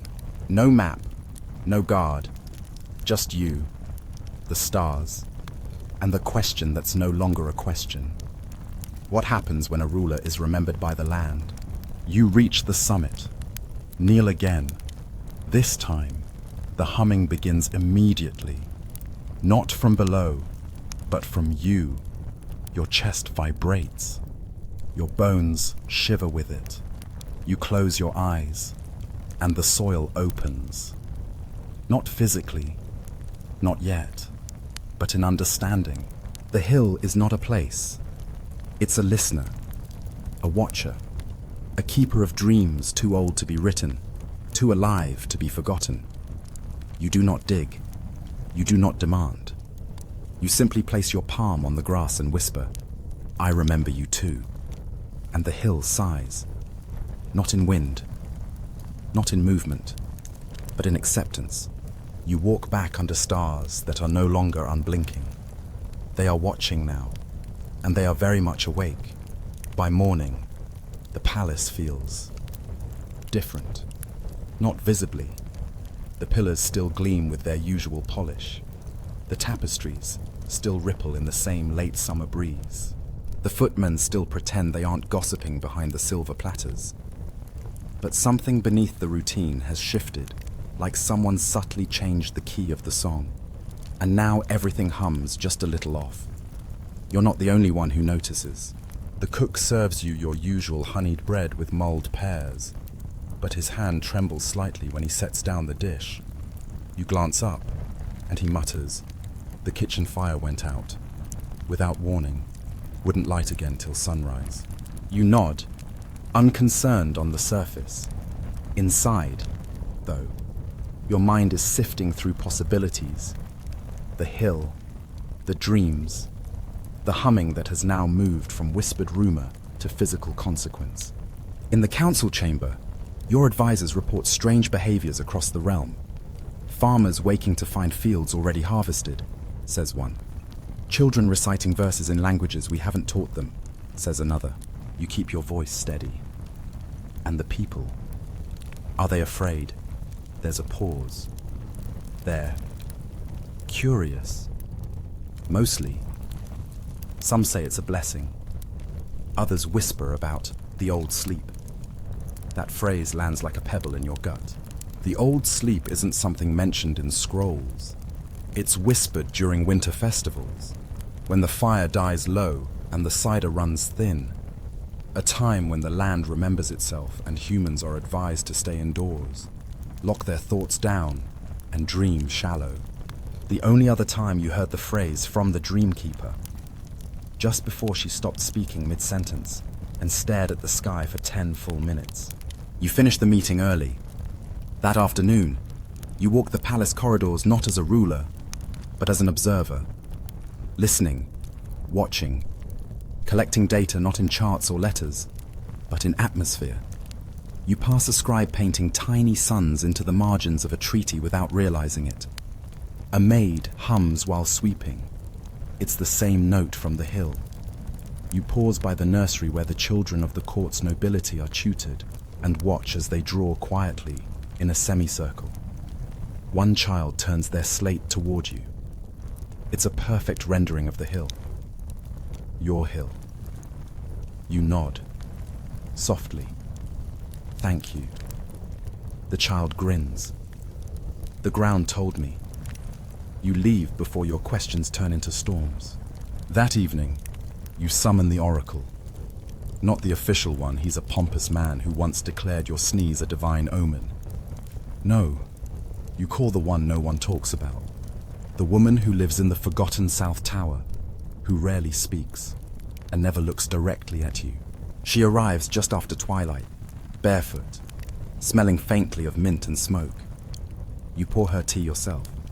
She smiles at that, then speaks without preamble. It's waking. You don't pretend to misunderstand. What is the memory that pretends to be silence? That doesn't help. She chuckles, soft as thread unraveling. It's older than the soil, older than kings. You're not supposed to fix it. You're supposed to remember it. You lean forward. But why me? She shrugs. Because you're listening. She finishes her tea, sets the cup down, and leaves you with only one word. Soon. No explanations. No riddles. Just that one syllable with the weight of a century packed inside. You don't sleep that night. Instead, you sit on the floor of your chamber, wrapped in a blanket that still smells like cedar, staring at the blue silk square. You've unfolded and refolded it so many times. The edges are soft now, the threads beginning to loosen like whispered promises. You think about Queen Ilaria, about her portrait, about the hidden crown beneath the paint, and you wonder, did she hear the same humming? Did she answer it? At some point near dawn, you rise, dress in travel leathers, and take only 3 things: the glowing map, the silk, and a small silver whistle given to you long ago by someone who once said, "Use this only when the quiet becomes too loud." You leave the palace through the garden gate. No fanfare, no escort, just your footsteps, the rising light, and a map that unfolds without your touch. It leads you not to the hill, but beyond it, to a path you've never seen before, though you've walked this land all your life. It winds through old trees, their trunks so wide they must remember everything. The leaves shimmer oddly, even without wind. You pass a brook that hums in harmony with your breath, and then you reach it, a circle of stones, not large, not grand, but ancient. They rise like teeth from the earth, weathered and cracked, inscribed with symbols that shift when you blink. In the center, a pool, still, clear, deep. You kneel beside it. Your reflection looks back, but with a crown you're not currently wearing and eyes that glimmer faintly blue. You reach out, touch the surface, and the pool responds, not with ripples, but with images. You see a great hall filled with people asleep on their feet, dreaming aloud. You see a sky rearranged to spell your name in starlight. You see the hill, not a hill now, but a mouth, a door, a question. And you see yourself, standing within it, speaking not words, but music. The pool stills. You sit back, heart quiet. The silence has changed. It is no longer empty. It is waiting. You rise, fold the map, pocket the silk, and walk back to the palace, not as the person who left, but as someone who knows what song to sing next.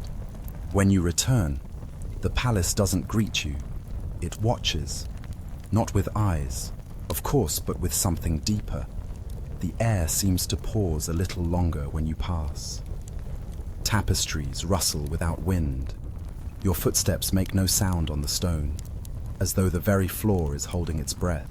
You take a quiet route back through the servants' corridors, avoiding the court, the noise, the carefully arranged performance of power.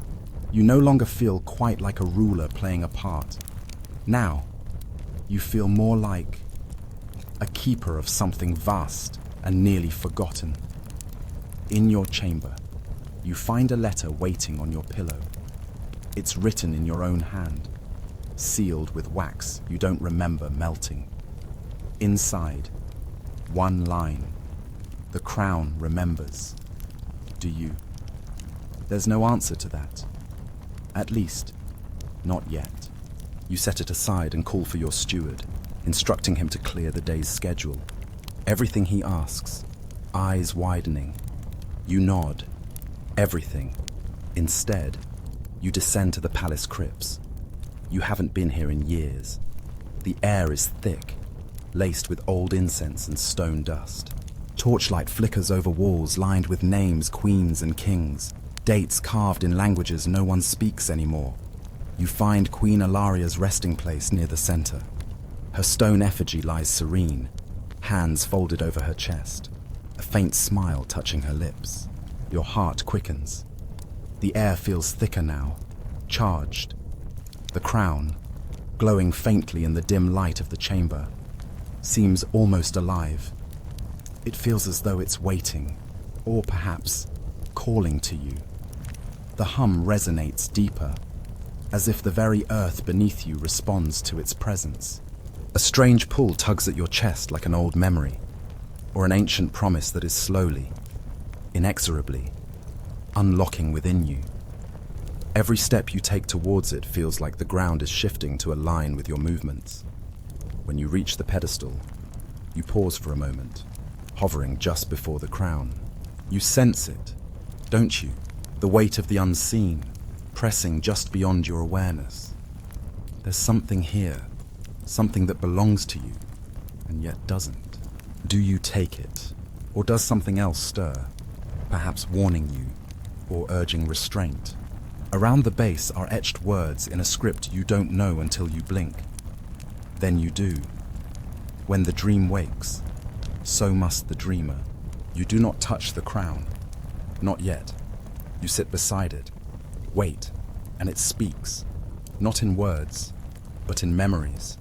Yours, Alaria's, kings and queens before her, all dreamers, all listeners, all protectors of something older than rule, older even than memory itself, a memory of balance, of a realm that hums with harmony when remembered properly and groans with discord when forgotten.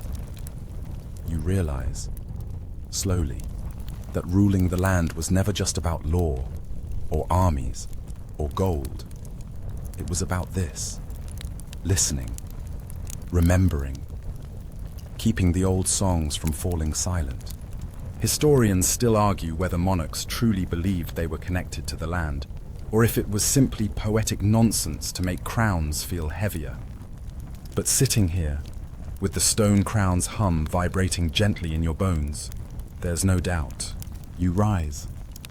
Place your hand upon the crown, not to wear it, but to understand it. And you do. Suddenly, deeply, the hill, the dreams, the humming, the sudden return of ancient songs whispered through the palace corridors. It was all a kind of calling, a test, and an invitation. You are not just the ruler of this place. You are the tuning fork of its harmony, the mouthpiece of its forgotten lullaby. You return to the surface changed. When the court sees you that afternoon, they fall silent. They don't know why. They just know. You pass through the hall, robed in simplicity, your voice quiet but resonant. You say only one thing: prepare for stillness. They obey. That night, no feasts are held, no music plays. But across the realm, people report the same dream: a hill, a hum, and a voice that sings not in words, but in memory. And somehow, they know you're the one singing it. The next day unfolds like mist, slow, deliberate, and just a little too quiet to feel real. You wake before the sun again, the light only barely curling at the edges of the sky. Outside your chamber window, the trees are still. Not just unmoving, but attentive, like an audience waiting for a story to resume or end. The humming hasn't returned, but neither has the silence. It's become something in between. You rise, dress in simple wool, not royal garb. Just the kind of tunic you'd wear to walk the grounds unnoticed. But of course, you aren't unnoticed anymore. Wherever you go, people stop, not in fear or awe, but in recognition, as if they've dreamt of you their entire lives and are only now realizing you're real. Downstairs, the palace feels subdued. Staff whisper instead of speak. Courtiers hover like cautious birds. No announcements, no demands, only stillness. Your steward approaches with a look that says he rehearsed this speech 4 times already. Your Grace, he begins. We've received. He hands you a bundle. Dozens of scrolls, each from a different region of your kingdom, some from beyond. Every one of them describes the same thing: the humming, the hill, the map with shifting lines. One letter, from a fisherman on the far northern coast, claims to have dreamed of a sleeping mouth beneath the ocean floor. Another, from a merchant near the eastern dunes, speaks of a humming wind that rearranged the stars into the shape of a crown. You sit, read them all, not with panic, but with a strange calm, because it makes sense now. The land is awakening, not in fury, not in destruction, but in memory. And you are the one meant to remember it forward. You return to the Hall of Ancestors that afternoon, But this time, not as a visitor. You climb the steps behind Queen Ilaria's portrait, past the echoes of rulers long silenced by history's forgetfulness. At the top of the hall is a door no one opens, except you. Inside is a room with no windows, just candles and the mirror. It's rumored to reflect not your image, but your intention. You step before it. It doesn't show your face. It shows the hill, but as it will be. The grass peeled back, the stone teeth rising, the crown placed on an altar of memory. And you standing at the center, singing something that isn't a song, but still makes the air vibrate with recognition. Then, the image shifts. You see a field of people not asleep, not kneeling but listening. Together, all hearing the same note, from across valleys and oceans and time. You see a kingdom not ruled, but remembered. And the mirror dims. You turn away, heart beating like a slow drum. That evening, you summon your council, but not to rule, to tell them what's coming. You stand at the head of the long table, robes simple, hands bare. The land is waking. You begin. They exchange glances, unsure whether you've lost your mind or simply stepped into something they can't follow. You may not understand what that means. You continue, but you felt it. In your bones, in your dreams, in the way your children hum in their sleep now. They nod, slowly. The hill is only one voice.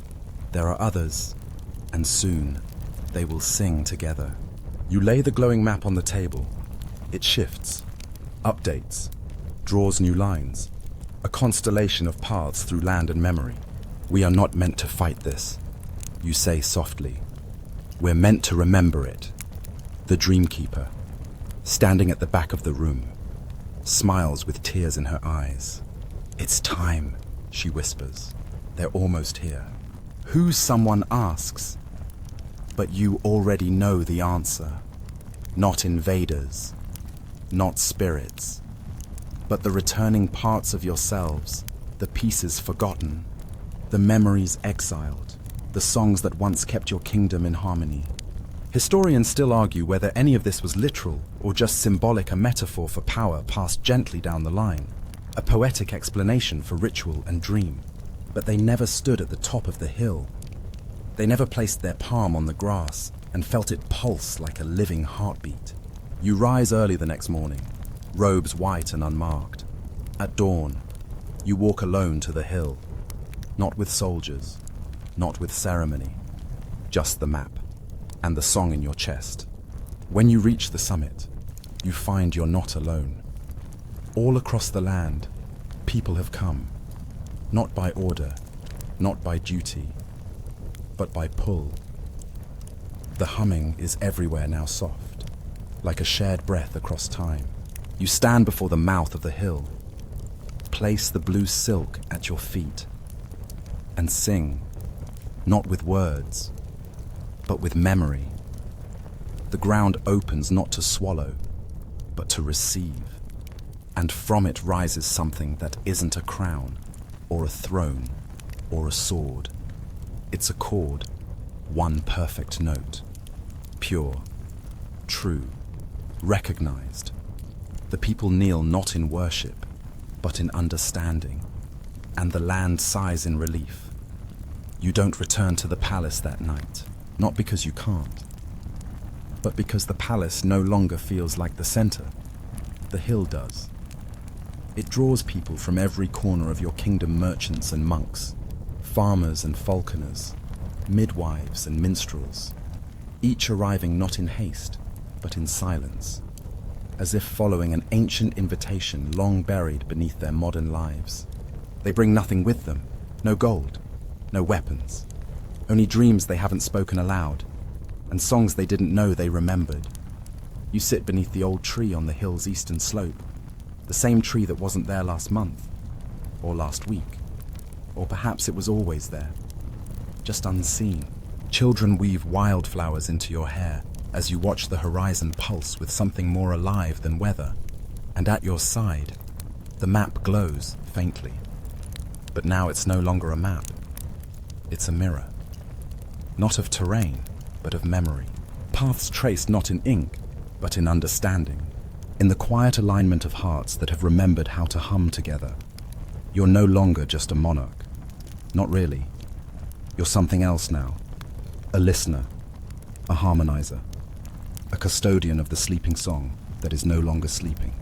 That evening, a group of elders gathers at your feet. They speak without preamble. One places a stone in your hand, smooth, warm, pulsing with a rhythm that matches your own heartbeat. This is from the first circle, she says. It remembers you. Another places a cup before you. Spring water from the mountain that never forgets. And the third, a man with eyes like autumn, hands you a scroll. You open it, blank, except for a single, gently glowing symbol. A circle. Inside it, a spiral. You recognize it immediately. It's the shape your dreams have taken for weeks now. You look up. The elders bow not in deference, but in solidarity. You bow back. The humming begins again, but it's different now. Not a single note, but a harmony. Layers folding over each other like silk, threading through the crowd, into the sky, down into the soil. People begin to sing not in words, not in melody, but in resonance, and you sing with them. The sky answers. A breeze that tastes like rosemary and rain sweeps the field. The grass leans in, listening. The hill shivers, not in fear, but in relief. The memory has returned. You rise, climb to the top, and for the first time, you speak not as a ruler, but as the echo made flesh. We are awake now. They cheer, not with noise, but with stillness. The kind of stillness that buzzes with recognition. Historians still argue whether this moment marked the rise of a new faith, a myth reborn, or simply the fever dream of a monarch on the edge of breakdown. But in this moment, there are no arguments, no theories, only clarity. You descend the hill and begin walking not back to the palace, but through the kingdom. And everywhere you go, the land responds. Wells bubble up with fresher water. Trees blossom in patterns that mimic the map's lines. Old ruins reshape themselves into shelters. And wherever you pass, people remember. They remember lullabies sung to them before language. They remember names of stars that were never named. They remember who they were and who they were always meant to be. You visit the village where you were born, not out of sentiment, but out of necessity. The stones there hum the oldest of songs. One of the villagers, an old woman who insists she changed your nappies once, even though she looks far too young for it, leads you behind the grain store. She digs with her bare hands and pulls out an object wrapped in moss and gold thread. A mask, made of glass, wood, and something unnameable. You lift it to your face. It fits perfectly. And suddenly, you see not just with eyes, but with the map beneath all things. You see how each person is a hill, a keeper, a note in the symphony. You weep silently, not from sadness, but from remembering how much beauty you had forgotten. You return to the palace only when the moon is full. The staff greet you with lanterns made of stars. You step through the gate, not as monarch, not as messenger, but as melody, and the palace hums a welcome home. The halls of your palace no longer echo with footsteps. They resonate. Each step you take sends a faint pulse through the marble, like a ripple through memory. Servants don't bow anymore. They nod, smile, sometimes hum, and when they speak, their voices carry a rhythm as if they're participating in an invisible composition with you as its anchor note. You don't mind. In fact, it feels right. The throne room is empty when you enter. No courtiers, no advisors, no ceremonial drama, just the throne, bathed in morning light. and that gentle humming rising from the flagstones beneath. You don't sit. Instead, you walk past the throne and place your palm on the wall behind it. A door opens. It wasn't hidden. It simply wasn't ready before. Inside is a chamber filled with objects you've never seen but instinctively recognize. A cloak made of dusk. A staff that hums when you exhale. And in the center, a bowl of water that reflects only futures no one has chosen yet. You reach into the water, not to draw it out, but to steady it. Your fingers create no ripple, only clarity, and the future settles. One where memory governs more gently than law. One where rulers listen more than they decree. One where every citizen is a note in the old song. You whisper thank you and leave the chamber untouched. Downstairs, the dreamkeeper waits by the garden. She hands you a small bundle, her role complete. Inside your childhood rattle, a sprig of mint, and a page torn from a dream journal you don't remember writing. On it, a sentence. When the world remembers how to listen, we will forget how to fear. You spend the day walking the outer walls of the palace, hand brushing ivy that seems to lean toward you. Children follow at a distance, laughing in quiet tones, sometimes mimicking your walk in exaggerated form. You don't stop them. Their joy hums, too. Near sunset, you climb the East Tower. From there, the hill is visible. No longer a mystery, not even a monument. Just a friend, a fellow keeper of song. The wind brings whispers, not voices, reflections. I heard the stones sing last night. Someone murmurs. My bread rose before the fire touched it, says another. My dreams tasted like honey. You smile. Below, in the village square, people begin to gather not out of duty or ritual, but because their hearts hum in unison now. Someone begins to sway. Another follows. A third adds a note. By the time the moon rises, the entire square is singing. No instruments, no conductor, just a kingdom that has finally remembered its melody. You walk down and join them, not on a pedestal, not with fanfare. You simply find your place in the circle. And when your voice enters the harmony, it doesn't stand out. It blends perfectly. The stars respond. They rearrange themselves not into names or signs, but into a wave of soft light across the sky. A lullaby drawn in glimmers. You tilt your head back, and the stars hum back. For a long time, no one moves. And in that stillness, the kingdom exhales. It has been waiting.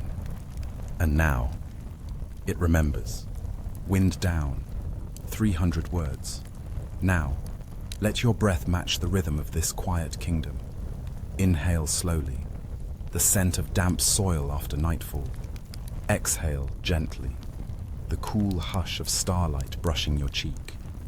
You sit now, not on a throne, not in a dream, but on soft moss beneath a whispering tree. The hill is near, though not too close. Just enough that you feel its warmth, its knowing. The song still hums, not loudly, not urgently, but like an old friend's hand on yours. There are no more questions. Not right now. Only the certainty that everything you've touched, every root, every stream, every echo of a forgotten name knows you and smiles. Your eyelids grow heavy, but not from weariness, from peace. The kind of peace that comes when the world itself has stopped waiting and started remembering again. You lean back. The earth supports you. You rest your hand over your heart, where the softest hum still stirs, a memory echoing through every rib, every breath. You are not the first dreamer, and you will not be the last. But for now, you are exactly where the song wants you, and that is more than enough. So close your eyes. Let the stars realign above you. Let the land hold your name like a note in its oldest lullaby. And sleep, softly, deeply, You're home now,